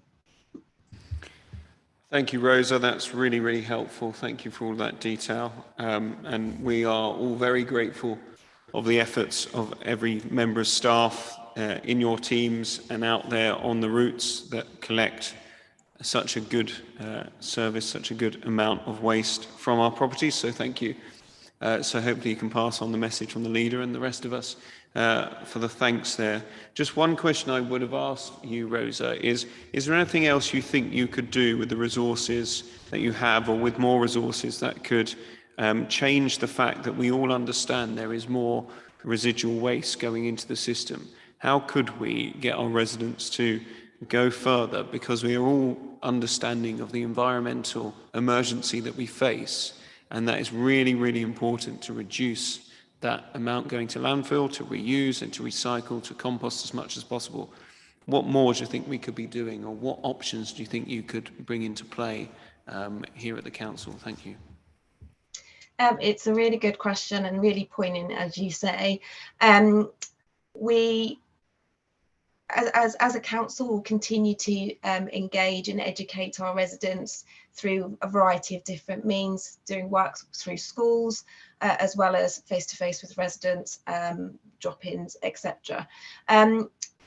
That's the here and now, but what we do need to look at is the future, and the Environment Bill will have quite significant impact on waste collections, recycling collections from both businesses and residents in the next few years, and therefore we are looking at our waste and recycling strategy, and that will be coming to the Environment and Sustainability Panel, I think, in February, to start scoping out what the beginnings of that strategy piece. And there will be a number of options, and I think we need to be open to what that could be. It could be quite innovative, quite forward looking, or it could be some really simple things that we can get going and action now. But as I say at the beginning, it is very much a resident's responsibility to start thinking about that, and we'll do what we can through education and engagement, as I say. Okay, thank you. A very brief, sort of succinct answer there. I appreciate that. Thank you, and we'll see what more comes. Councillor Willits was next, and then I have Councillor Whitehead, Councillor Fox. I actually suggest, Councillor Willits, after you've spoken, I think will probably be the time to have a break. But over to you. Thank you. Chairman, I was just wondering what we're going to do about this KPI, because KPIs are only useful if they show us the way forward and to a certain extent, cause us to extend the way we do things, such that we have a better outcome from the way we are dealing with the waste service. Now, I think on the last two occasions when we've looked at, it may even be three, but my memory is failing me.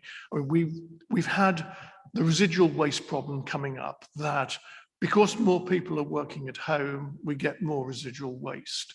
Now, what that means to me is that the KPI should in some way reflect the number of people who are working at home, which is not an easy thing to do, but it is an area where you can make approximations, so that if we're going to see, because of disease in the community, a large-scale fluctuations in the number of people who are working at home or are suddenly returning back to work, because that's the Prime Minister's edict of the day, the KPI really needs to take on board, it needs a weighting which reflects that, so that when we look at the long-term trends, we get a monitor point, an indication, which tells us just how well we're doing under a variety of circumstances. Whereas at the moment, it seems to be a very simple KPI, which is not good for the purpose for which it's intended, because the number of people working in Colchester goes up, the amount of domestic residual waste goes up. But in London and perhaps Colchester and Ipswich, the amount of commercial waste is going down. Now, what I would like to see is a more complex KPI which reflects these issues, so that regardless of what's happening in the borough, we have a feel for how we're dealing with the situation, no matter how it varies. And at the moment, we're not doing that. And when we see more people working at home, we all get worried and flustered because the residual waste has gone up. And I just think that rather than have meeting after meeting where we say, oh dear, oh golly gosh, we've not met our targets on residual household waste, we need a more sophisticated measure which enables us to better understand how well we're doing in a range of of circumstances which are varying over quite wide limits. Now, I don't know whether that is possible, certainly with the artificial intelligence systems, which presumably Councillor Lissimore is developing to provide our digital platform with greater capability. Perhaps this might be possible, but I just wonder whether the experts amongst our officer corps are able to see a way of providing us with just a little more meaningful KPI, which will track and take account of the different working patterns which we have within the borough. Thank you, Councillor Willits, and I'll go to Richard shortly. That was partly in my context of the question, so I do agree with you about that complexity. But I think one thing we have to be sure of, if we have our residents at home more, they're also a captive audience that we should be working with to ensure they reduce or reuse that waste, and we don't just move a KPI, and which I know you're not saying, because you're saying we need to understand the more complex nature of it now, but we don't just say, oh, that's the issue. There's going to be more waste. Let's tackle it. Let's get on to our residents and find ways of reducing that. But Richard, with your previous history and also your work now, how can you help us with that KPI? Yeah, well, in response to Councillor Willett's point, I was just going to make the point that this panel does have a role in setting the forward-looking KPIs for next year, and officers are currently considering those KPIs, and they will be coming to this panel in the new calendar year for consideration, and we can certainly take that point away. I think some benchmarking as well with other councils, other areas, to see how they're doing, what the impact is there as well, taking into account the different circumstances of different places, will help us to inform this and have a good discussion when it comes back to the panel in the new calendar year. Thank you, Richard. That's an action for us. I hope that helps. Councillor Willits, did you have any further questions at this point? No. Okay, thank you. I do suggest we have that break then at 7:30, and we come back in 5 minutes to carry on with the rest of the agenda. And I have Councillor Whitehead and Councillor Fox waiting to speak. Thank you.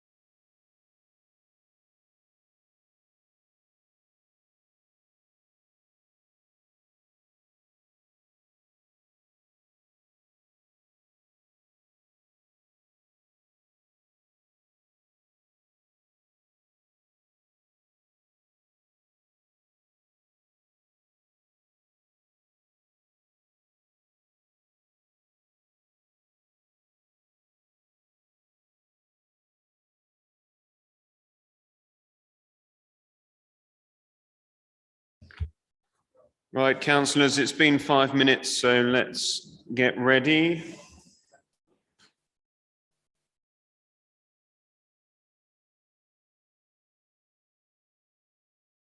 Okay, thank you for returning on time. I'll go straight to Councillor Whitehead and then to Councillor Fox. So Lorcan, please. Thank you, Chair. And so I want to ask something about the homelessness duty. I think this is my 3rd year on scrutiny, and I still don't quite have my head around this one, I don't think, really. And I think partly because we've talked about this on scrutiny before, and I think if I'm remembering right, we no longer have an actual target on the charts in front of us, because it kind of doesn't make sense to have a target on some of these charts.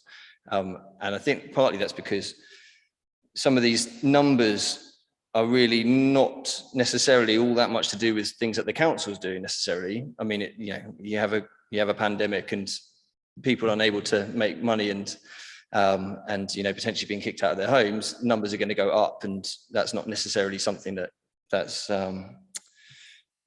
really down to the council, or that makes much sense it makes much sense for the council to have a target around necessarily. So I need a question here, really, don't I? So I'm wondering, I guess I'm wondering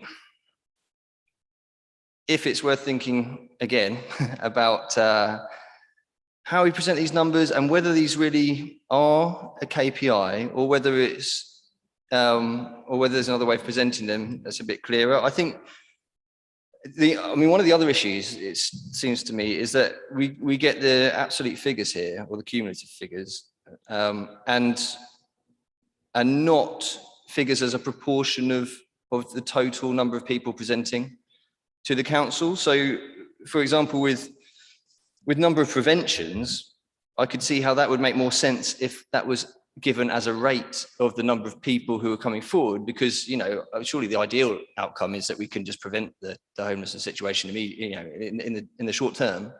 And then that's a savings for the council, it's less stress for the residents, all the rest of it. So that as a rate of the total number would maybe make sense, and to see if we can hit a target around that. The other thing that strikes me is that we've got 201 households in temporary accommodation, which is obviously a large number of people in what is not ideal accommodation. And that's not presented in the charts. I mean, would it make sense that presumably is a number that we want to drive down. So would it make sense for that to be presented, and for us to have targets around that particular figure instead? So, yeah. I think that's fair comments. And I think that's also perhaps, when it comes to setting the KPIs, is obviously where this committee comes in. So I think that's probably discussion to be had here. I mean, if you look at the K1H3, as we're looking at it, what does it actually tell us? It tells us, give or take a bit of bouncing around, it's about the same as last year, really. It states in the text that there were 601 new presentations, average of 100 per month. That doesn't actually tell us how it compares to last year on that. How useful? I mean, it's an interesting, useful piece of information, yes. But I would agree that perhaps it needs looking at, and I would certainly welcome any input anybody has on it. The 201 temporary accommodation, I can't tell you how that compares to last year off the top of my head, because it's not in the figures. The issue around that, of course, yes, obviously, it's the issue for the people in temporary accommodation, but also it's expensive. Temporary accommodation is very, very expensive. So if we're looking around the financial performance of the council, we should aim to have that number as low as possible, taking a purely financial view of it. So I would welcome any feedback given. Thank you, Richard. Just to come in at that point. Thank you. Just to have I think that the history of and I'll call it a performance measure, because you're right, it's not an indicator, is it? It's not a target. is it's around when the new prevention duty came in under the Homelessness Prevention Act. And it's seeking to show you a range of different metrics. But I think the prevention metric is probably the most important, and seeing what's happening with that, because if we can prevent homelessness, that's in the hierarchy of how we kind of deal with, that's the best thing to do, isn't it? If we can prevent it in the first place. So you can see how that cumulatively is building up over the year. But I take the point that perhaps as an indicator, in its current format, it probably could be revised. And again, it would be useful for the panel to review that. I would just say as well, if there's an interest in this particular area, the panel can consider for their work programme for the new municipal year. This year's quite full, but it could be an area of interest to really look in some detail at.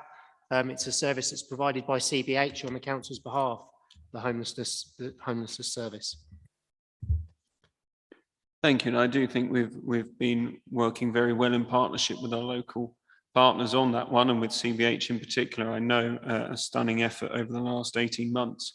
But also I think there's the Homelessness Act and the duty and how it works and how it's understood, and how that is reflected in KPIs is something we can discuss at a future meeting. If you're finished, Councillor Whitehead. May I come back with another question? Yes. Thank you. I did want to say, picking up on Councillor Willett's point from before, that I think we do need to think about this residual waste issue, because I think personally it's becoming clearer and clearer that actually increased working from home is a permanent feature, will be a permanent feature going forward of our economy. So we do need to think about, is that a permanent change, and does that affect where we set that KPI? And if it is a permanent change, picking up with the point that you made, Councillor Corey, about where the opportunities might be to increase, encourage our residents to reduce their and recycle more, if they are going to be producing more household waste. But yeah, I was talking to Councillor Fox during the break, and he said that previously the Scrutiny panel had a good session where they looked into homelessness in more detail. So I think that would be a beneficial thing to do maybe at a future meeting. My other question is on the relets, which is page 40.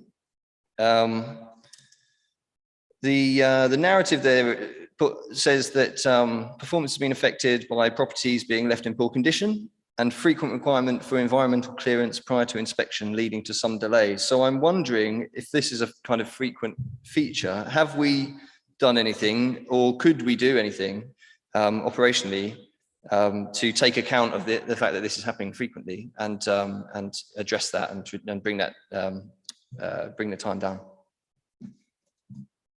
Thank you. Yeah, it's probably a detailed question, probably best left for when you speak to the portfolio holder for housing. We've missed the target, not by a huge amount, but it's clearly there. Where we've improved on last year.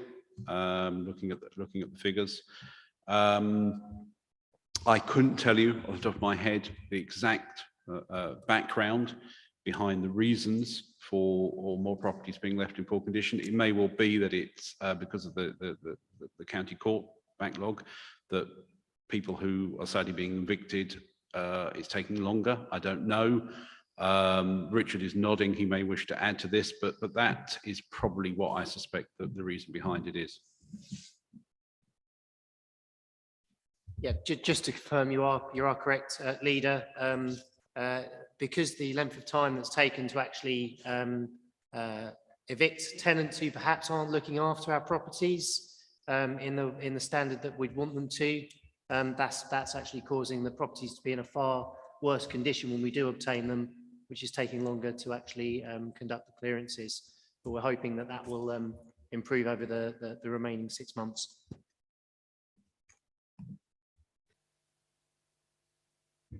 Thank you, Councillor Whitehead. So moving on, Councillor Fox, please, Adam. Thank you very much, Chair. I just wanted to come back to housing delivery because Councillor Barber had asked you about it. And I do remember that prior to May, you'd said that you didn't think that you said that not one more home than was necessary should be built in Colchester. Now, the objectively assessed housing need is 920, but you said you think that that should be lower. When it comes to assuming that the local plan is adopted by this council in the coming months, the next review of the local plan will start with a higher OAN than we currently have. So the default position would be that the housing figure would increase, not decrease.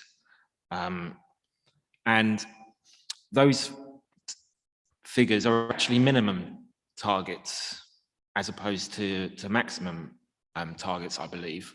And I just wondered how you feel that might, how you might go about decreasing that target in the future, if that's what you want to achieve. Thank you. Yeah, I mean, it's probably straying slightly away from analysis of this year's KPI. Firstly, I don't think it is a given that the local plan will be adopted. Councillors will make their own decisions on how they vote based on the facts which come before them. It's the local plan committee potentially has their view first, so let's not get ahead of ourselves there. Secondly, I don't think it's necessarily a given that when we go for a review, the numbers will go up. That's analysis which is yet to be done. That is something we will certainly look at. It is our intention, if it is adopted, to look at the option of going for an early review, potentially to change some things which we don't like in the current plan as proposed. But I would take very much a look before you leap view on it. We are not to go and to trigger a review unless we've got a pretty good idea what that's going to deliver. So obviously, if it was going to deliver something we did not want, well, then we'd reconsider the position. I think we are all quite interested to see what's happening with planning. There are going to be some changes, whether they're positive or negative for Colchester, we will wait and see. But I wouldn't make any assumptions around that just yet, would be my comment. So the target is slightly behind where it ought to be for the half year, but the supporting narrative does suggest that there are some large sites coming forward that are likely to start fulfilling the numbers, not least I think in your own ward. If the I mean, for each one of those houses built is a roof over somebody's head.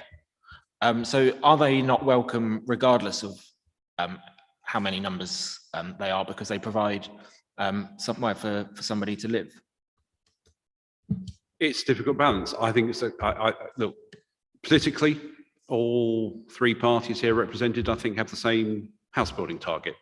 Last time I looked, unless somebody wishes to correct me that you changed it. But I think it's a question of distribution and who is doing their fair share. I think Colchester has done very much its fair share over recent years. When you look at the number of houses we've delivered compared to many of our comparative and neighbouring authorities, we have delivered a lot more. In some cases, they are geographically much larger authorities. In some cases, I think they perhaps have more facilities and more infrastructure to support those houses. I think my view, and the view of a lot of people in Colchester, is that whilst we have delivered a lot of houses, our infrastructure has not delivered in the same way. And it's certainly something I think, and I think if you speak to the average person on the number one omnibus, to use an old phrase, they'd probably say the same. Yes, I certainly, we do need housing. It's absolutely true. I've never said that I don't want to see house building in Colchester, because I think that's an unrealistic and an unfair thing to say. People want to come and live here. People want their children to live here. They want to live nearby. But I think if you look at what we're delivering, I don't want to see us out of kilter with equivalent neighbouring authorities. Let's share it around a bit, would be my comment.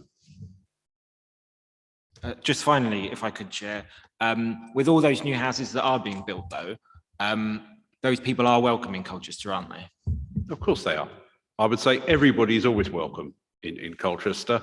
And I actually think that the new people in Colchester add a lot to Colchester. They bring a new dynamic to Colchester.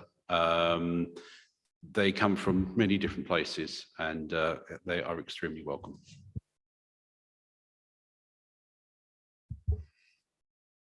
Okay, thank you. I think that draws to a close our questions. No, it doesn't. I'll come back to Councillor Lorcan-Whitehead. Sorry, Chair, to come back, but I did have one other because I was quite interested in the sickness figures actually, which are on page 46.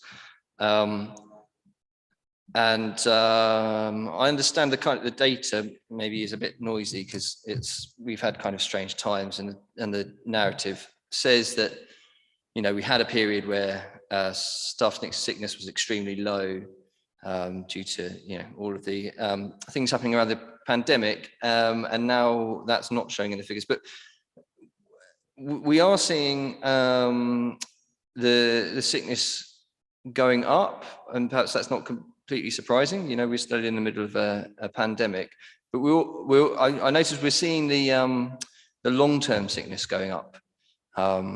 So I was wondering why that might be. Do we know why that might be? Do we have any issues with long COVID, people who've had COVID infections and are experiencing long-term symptoms, and how might we be supporting our staff if they are in that situation? I think for the details behind that, I will have to defer to officers because I don't hold exact medical records of our staff in my mind. And I also think, to answer probably the middle question, I think some analysis of whether some service areas are suffering sickness than others would be an interesting piece of data. So I don't know, perhaps Richard, you could enlighten us. So if I start off with the broader point around long-term sickness, I think certainly what happened during the period whereby a number of our more vulnerable staff were self-isolating, perhaps some of that long-term sickness was hidden previously, and that's coming to the fore. I just want to reassure members that in all cases of long-term sickness, we treat our staff with care and respect, as you'd expect us to. We pride ourselves on that. There is a balance between, obviously, the fact that we do need to run services for our residents, for your residents. So we always try kind of tread that line carefully, but with care. We are certainly starting to see some cases of long COVID, and we are treating those cases in the same way with that care that you'd expect us to. For our staff, but with the balance of, being able to still operate services for our residents. If I could just come back on that, when you say that some of that long-term sickness maybe was hidden in the figures before, was that would you say kind of a quirk of the data, if you like, or was that potentially because there was something about that the way of working at that time that perhaps we could learn from, or might work better for certain members of staff, or was it just that it just didn't express itself well in the numbers? I think it's more that there's a quirk in the data in terms of some of that previous long-term ill health would have been hidden by the fact that staff were actually, we had several staff, dozens of staff who were actually self-isolating because of some of those long-term conditions that wouldn't actually be registered as being sick on sick leave, but now some of those cases are starting to come forward. Thank you. Okay, thank you. I think we have reached an end on this particular item, so thank you for those questions, councillors. Therefore, The actions we are required to do are to review the performance indicators, which we have done, and check where they've not been met, and ask about corrective action, which we have done. And where concerns about performance are identified, to make recommendations to Cabinet, so these can be considered when Cabinet considers the same report in January. Now, I don't think we've come up with any sort of formal recommendation as such, but we have discussed the issue of KPI reflection, looking at reviewing those, but that's actually a role that we will come back to ourselves. And of course, Cabinet members would be present when that happens. So therefore, I suggest that Cabinet members have heard our questions, the leader has heard and responded to some of them, as have officers. So I don't say there's any formal recommendations from this. We have reviewed and we will review it when we get the chance to next time around. Can that be agreed?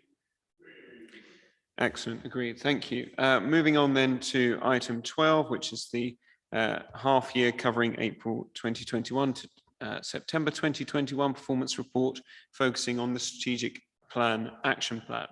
So once again, I'll go to you, leader, and to Richard for this before we go on to questions. Thank you. I'm not going to give a long introduction on this. Again, I think it stands as read in the agenda pack. Richard may want to add something more to it.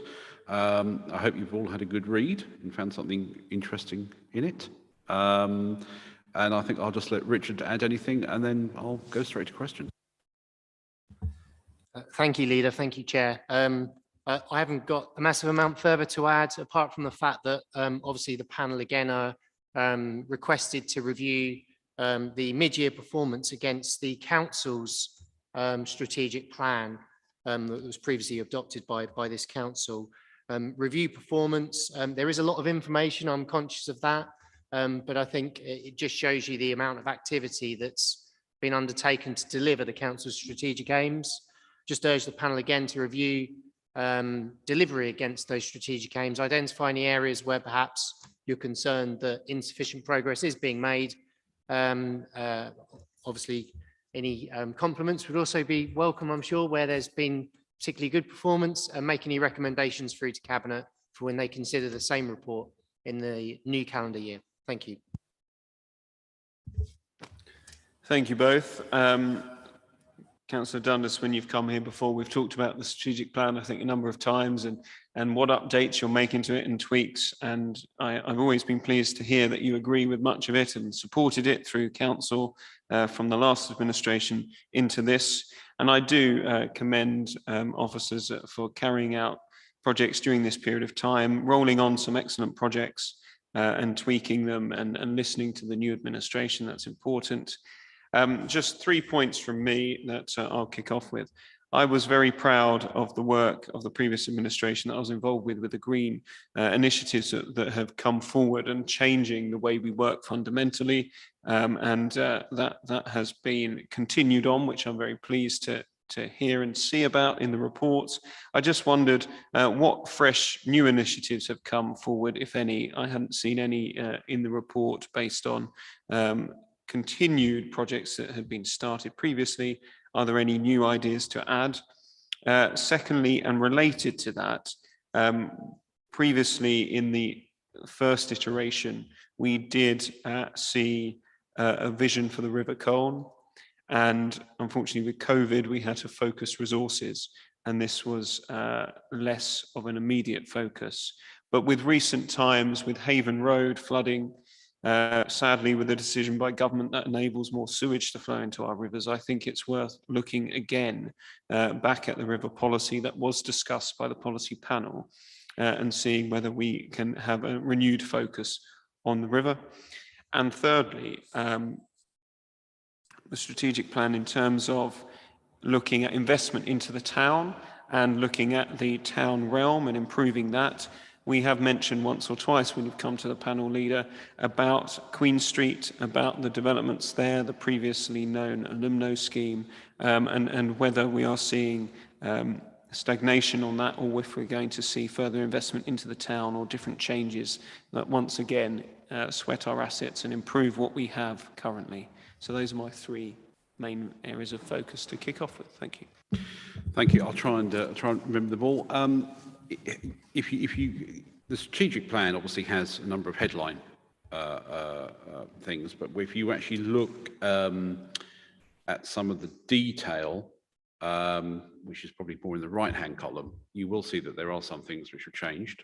But a good broad theme is a good broad theme. I don't particularly believe in political dogma. If a good idea, wherever it comes from, I'll accept it. But to give you a few examples, there has been some money moved around and reallocated. There was 61,000 went into extra went into the woodland and diversity.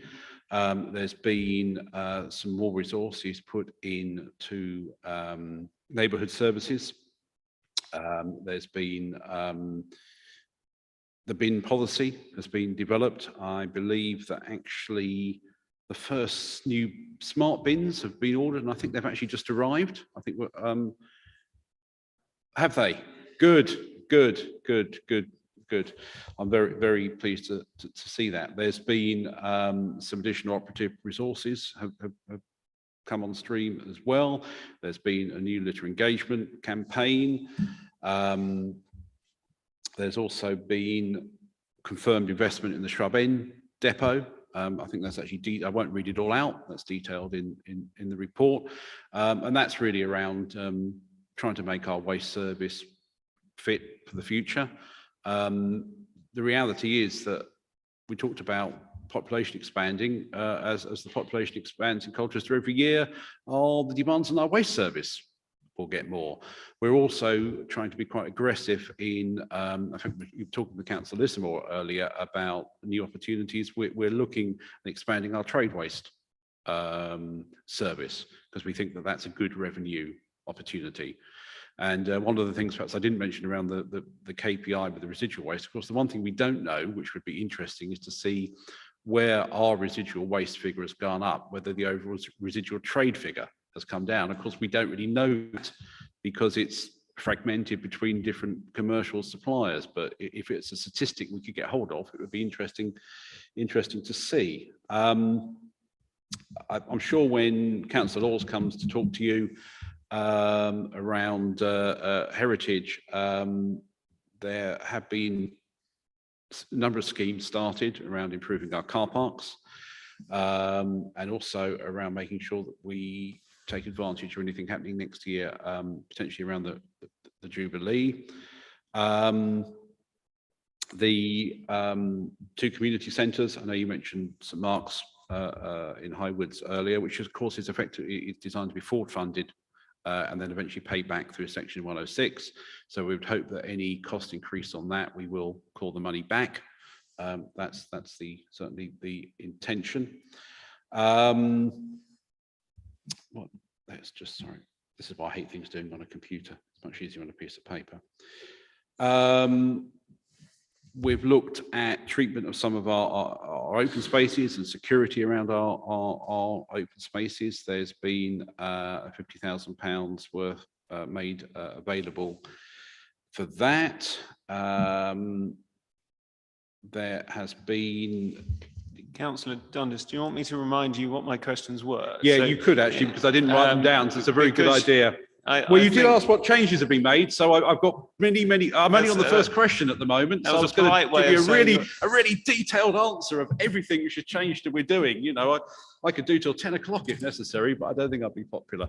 A polite way of saying you're rambling on a bit about all of the plan, but I was asking about green initiatives. I heard a very limited sprinkling, and smart bins I do think are interesting. I do look forward to seeing those in Dedham when I visit your division, Councillor Barber. I asked about the river vision due to a number of issues, flooding and sewage being let into that, etc. And then the strategic plan points around town centre investment realm relating to our assets, Queen Street in particular, the previously known Alumno development, etc. So those were the key focuses. If I could address or ask you to address back to those focus points, please. Yeah, I'll take the river one first. I will have to defer the details to the portfolio holder on the river one, but I can perhaps talk a little bit about Haven Road, which I think you asked about, particularly around the actual reasons for the flooding down there. There's been a lot of good analysis as to what actually happens down there. There are two fundamental reasons why it floods. The first reason was that the one-way valve, which prevents seawater at high tide flowing through the drain hole, to put for want of a better term, straight up the drainage system and coming out the drains, was jammed. It was jammed by a large piece of wood, and there was no maintenance regime taking place. Now, the initial problem was solved by Anglian Water as a sort of goodwill gesture, one of a better description.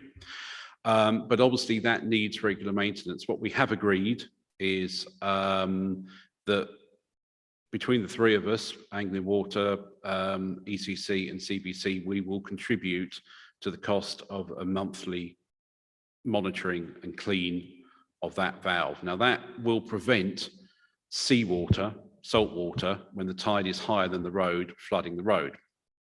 However, the other issue is that when that valve is closed, fresh water obviously cannot drain into the river, which it is designed to do. Now, there are two sources of the fresh water. One is if it's raining at a high tide, there is nowhere for the water to go because the drain place is higher than the water.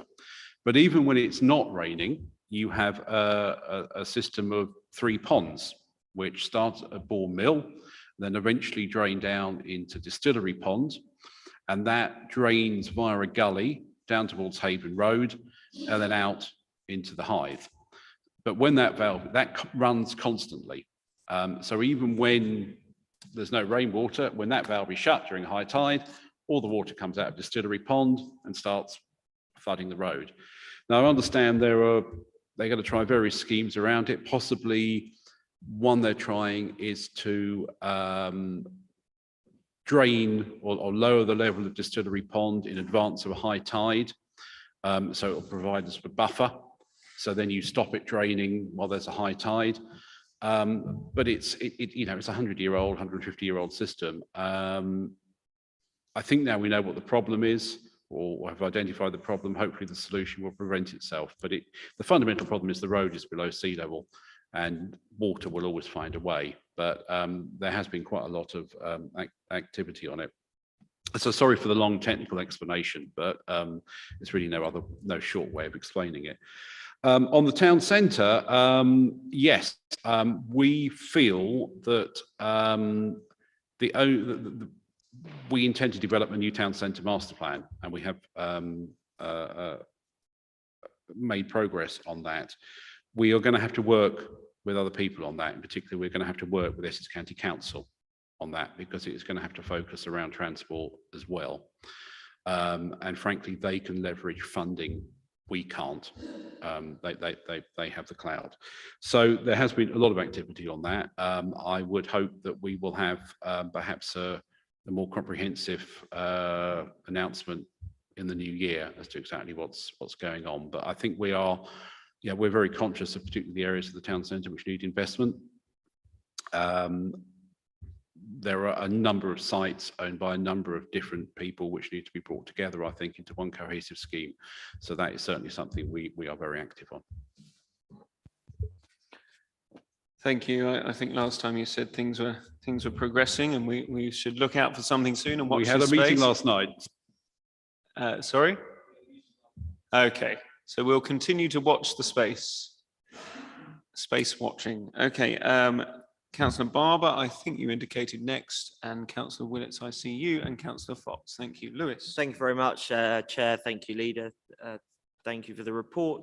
I really like the report, kind of a touch base of where we are with everything. I think it's very helpful as a way to monitor progress on various items. What I will identify, I guess, and I think it's just a area maybe for us as a local authority to work on, and I know the cabinet member is particularly enthusiastic about all things heritage, but just it's not reflected in this report, is the work we do outside of the town centre on heritage and culture. So if I go through the heritage and Colchester part of the report, it is all focused on town centre schemes. Now, obviously, the town centre is a very large hub of our borough and obviously a very large hub of culture, but there's nothing, for example, the area of outstanding natural beauty in there, and the local plan, although I had to leave before we voted on that item, the local plans just voted and discussed the management plan for that work. And so I think there's things like the area of outstanding natural beauty in West Burgolt. We have one of the oldest churches in England located there. In Wormingford, there's similarly old churches and various other points of natural interest. Boxer Bridge, for example, which is contributing a lot of my time at the moment, is a well-known listed heritage asset. So I would just like to see a bit more breadth in what we're doing as an authority, because we are doing work on this on these areas. It's not to say we're not doing things, but just it'd be nice to reflect and showcase what we're doing beyond the town centre as well as within. So just some feedback, I guess, from myself there on what could be improved on the report. Thank you very much. Okay, thank you. And moving on to, where's my list? Councillor Willits next. Dennis, please. Thank you, Chairman. I guess one of the questions I ask is the adequacy of the strategic action plan. It's all embracing, and it seems unduly large for a small medium enterprise of our size, and it's almost as though we want to have something in it for everyone, regardless of what the priorities are. But nevertheless, it does a reasonably good job. But what I wanted to mention, and it's unfortunate that Councillor Bourne isn't here this evening, because we had a delightful conversation. As you all recall, every conversation with Councillor Bourne is delightful, but this was even more delightful than usual, about the conflicting policies that we are starting to see in the action plan, and how we're going to resolve them. Because when we get down to an nth level of detail in every subject, eventually you start tripping over each other. And a couple of areas which sort of immediately came to the fore in these discussions of conflicting policies were, for instance, on the climate challenge, where we are very keen to ensure that all the homes, the ones that we own and others that are privately owned in the borough, have the best possible insulation, which costs money. So the unit costs, our policies support a rise in the unit cost of housing, yet our housing target is to house as many people as we can, notwithstanding discussions we had earlier on. And as houses cost more, you can actually house less and less people for the same amount of cash, per unit cash. So we have a conflict in one policy making houses more expensive and another policy not perhaps being so well achieved, because housing is more expensive and we can house less people. And again, there's another example on the climate challenge on reducing air pollution. One policy is looking to reduce quite severely the air pollution in the borough. Yet another policy says that we're going to continue with diesel-powered vehicles until 2029 because we want to be more efficient and we want a good financial performance. And electric vehicles will, like trucks, cost £2,000 per annum more than their diesel. So we have two conflicting policies trying to improve or reduce the pollution of air, improve the quality of air in the borough, but another policy which is driving us to take the cheapest possible solution for our own vehicle fleet and defer decisions which would have led to cleaner air until 2029 on the basis of costs and efficiency. And We do need, I think, a way of reconciling some of these conflicting policies.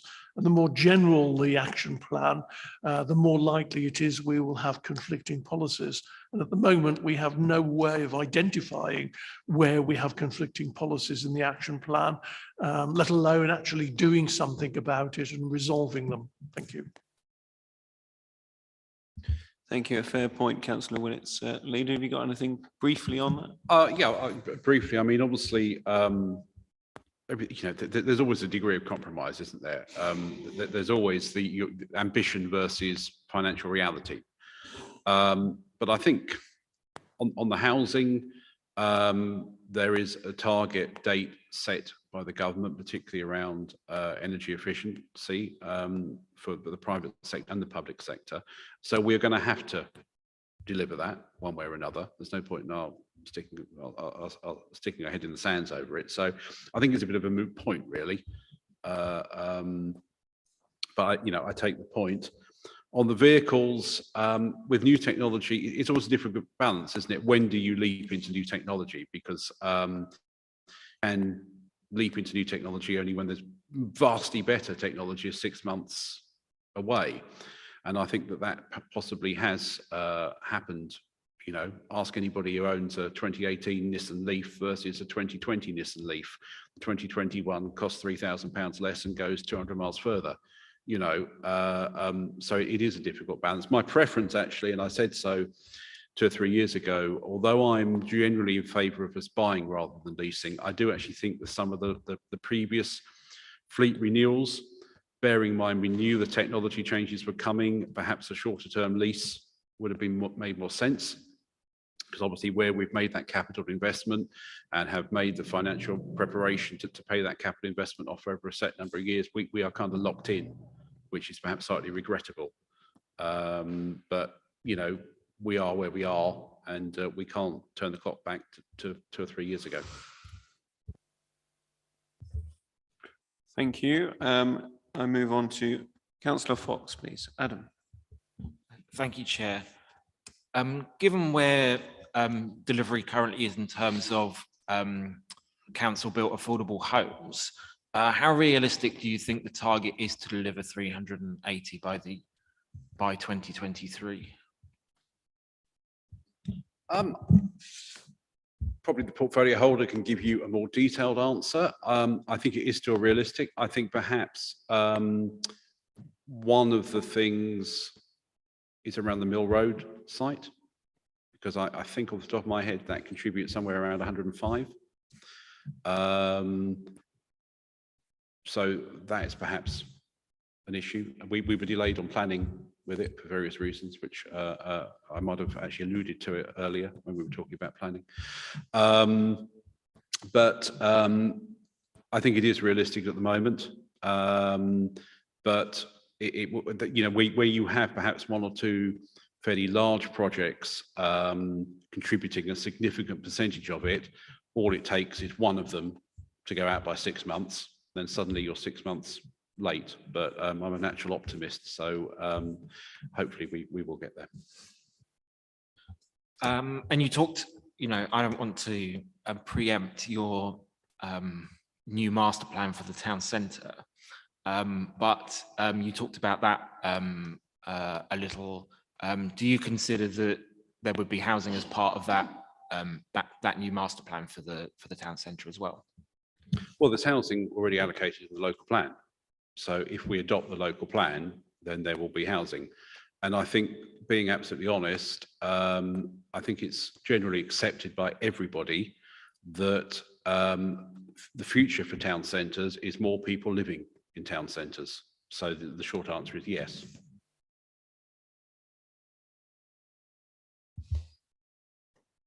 Okay, thank you, members. Councillor Whitehead, you keep going in at the end there, sneakily. Over to you, Lorcan. I like to keep you on your toes. I have a couple of questions about the environmental aspects in the strategic plan. So first of all, I know that some members of the new administration have been quite critical of policy, the no-mow policy, the rewilding policies. So I'm wondering if, I don't think I saw those mentioned in the plan there. I'm wondering if they will be carrying on, and if that's those are policies that your new administration still supports. And also I get a lot of my news from Twitter, and I saw that Councillor Lissamore had confirmed that the cycle lane headgate is to be removed. So I wonder if you could comment on how you think that fits with the environmental goals in the action plan. I'm not actually aware that I haven't seen any criticism of the wilding. Actually, I think what there was some talk about was where the grass cutting hadn't been performing adequately on areas which weren't wilded. In other words, areas which weren't meant to be wilded were being wilded because the contract wasn't being performed properly. But I'm not actually aware that there has been any. In terms of the Councillor Lissamore is probably going to add on this one, I suspect. But actually, Sue, you would probably be better on the cycle. So Sue's come to the table. So Sue, briefly, over to you. Thank you. Just because obviously I was quoted there. Yes, the headgate part of the cycle lane has been removed because it was going nowhere. It was blocking traffic. It was on a hill. Cyclists were not using it because the part of the scheme that included Butt Road was dropped with the steering group's decision to drop Butt Road from the scheme. Therefore, the headgate piece was not going anywhere and was not doing the job that it was planned to do. And therefore, it was very right for me to insist that that will be removed.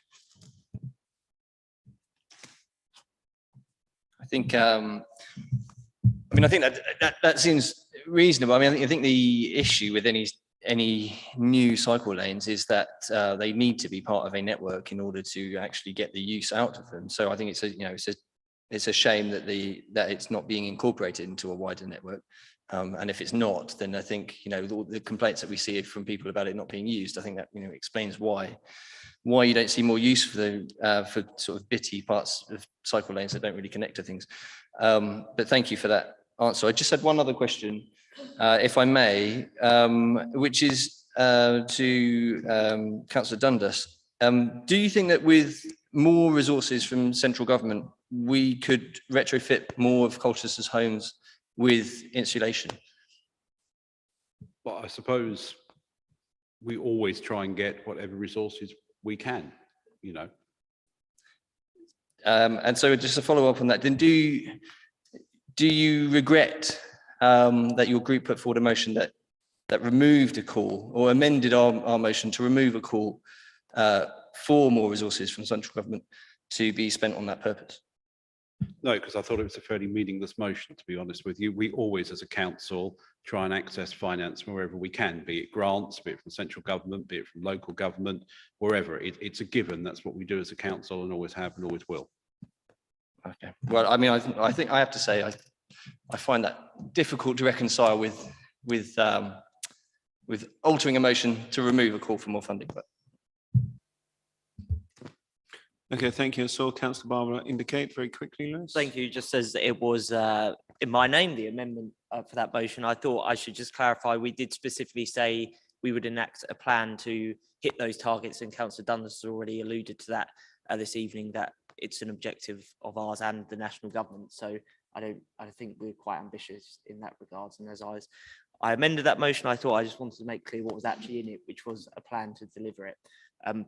While I have the opportunity, can I just touch on cycling very briefly, if that's okay? Sorry to bore everyone with cycling, but I do love the cycle infrastructure. But one of the points actually, which is really good to see reference here, because often we speak about increasing cycling from the perspective of the infrastructure on the highway, when often when you speak to people about why they don't travel in on their cycle short distance in particular, is because they don't feel there's a safe place to park their bicycles. And obviously there's the new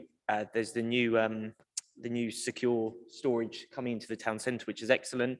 But also I've mentioned a few times about looking at our space in our car parks, about where we could perhaps put cycling parking without removing any parking spaces. Because if you look often, literally look at a car park, there's often huge slabs of concrete where there's nothing on them at all. And I think that could be a good opportunity to implement some more secured storage of what was that? That noise was horrifying.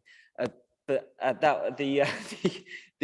there is an opportunity, I think, if we look at our car parks, and I think that was forming part of the parking review that was ongoing anyway. But I would just encourage that to be a possible policy we look at as well, because there would be effectively no impact on our parking space as a result, because no one parks on there. They're elevated bits of concrete often. So one idea.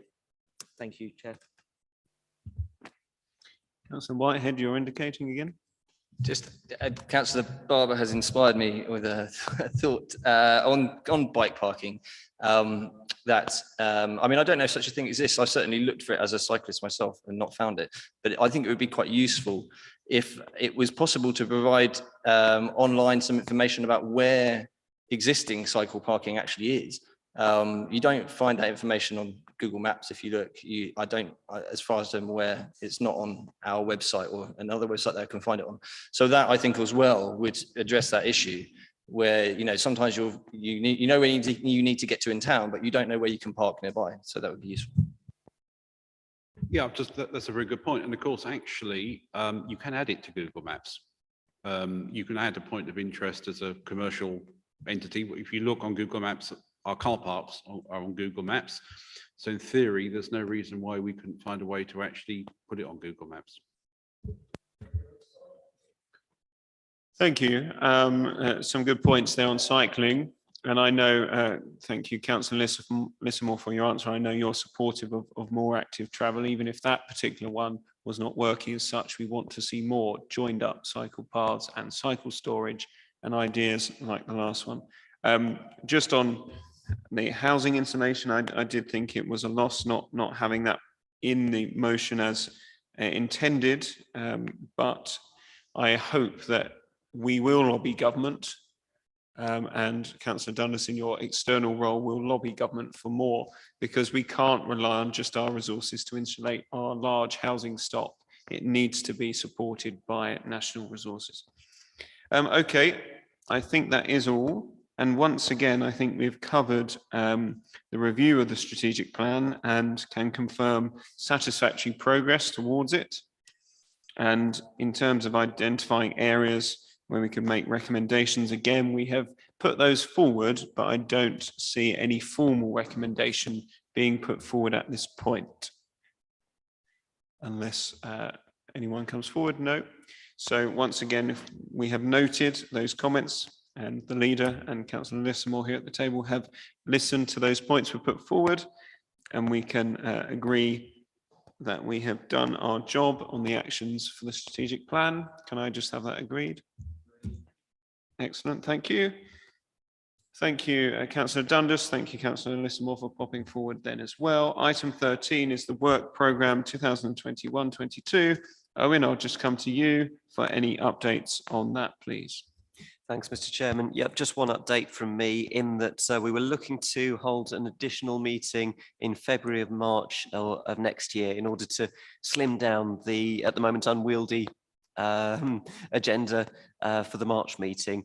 So we've hit upon the 22nd of February as the date that we're going to go to, which hopefully members can make. The arts organisation representatives have all confirmed that they can make it.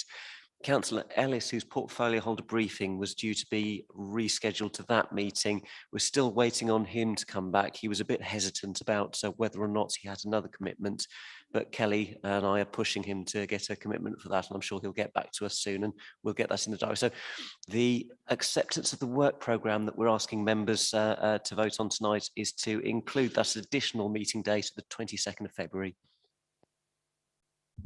Excellent, thank you, Owen. We've discussed it as group spokespersons as well. And thank you, Dennis, for sitting in on those as well.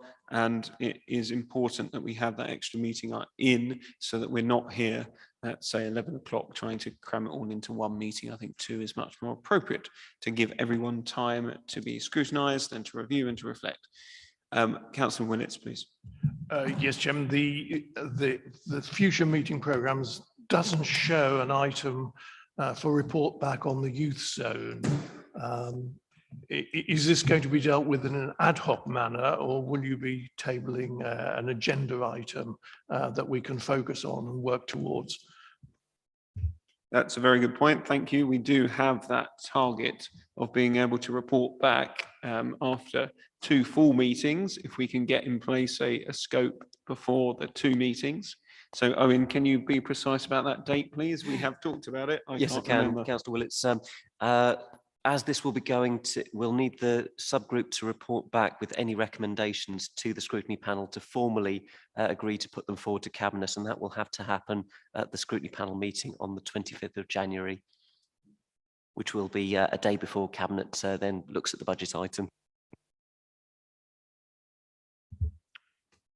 So we will be working quickly in that subgroup. Thank you for the support behind the scenes, Owen, on getting that subgroup together. It has taken time. There were some delays from some areas, but we have got there and we are committed to get that work done. Okay, can we agree the work plan with those adjustments then, please? The work programme going forward, can we agree it? Excellent. Okay, thank you. That's agreed. And therefore, there are no matters of other business. So the meeting is closed. Thank you all. Have a very joyous holiday, season's greetings, Christmas, however, whatever you celebrate. Enjoy. Good night.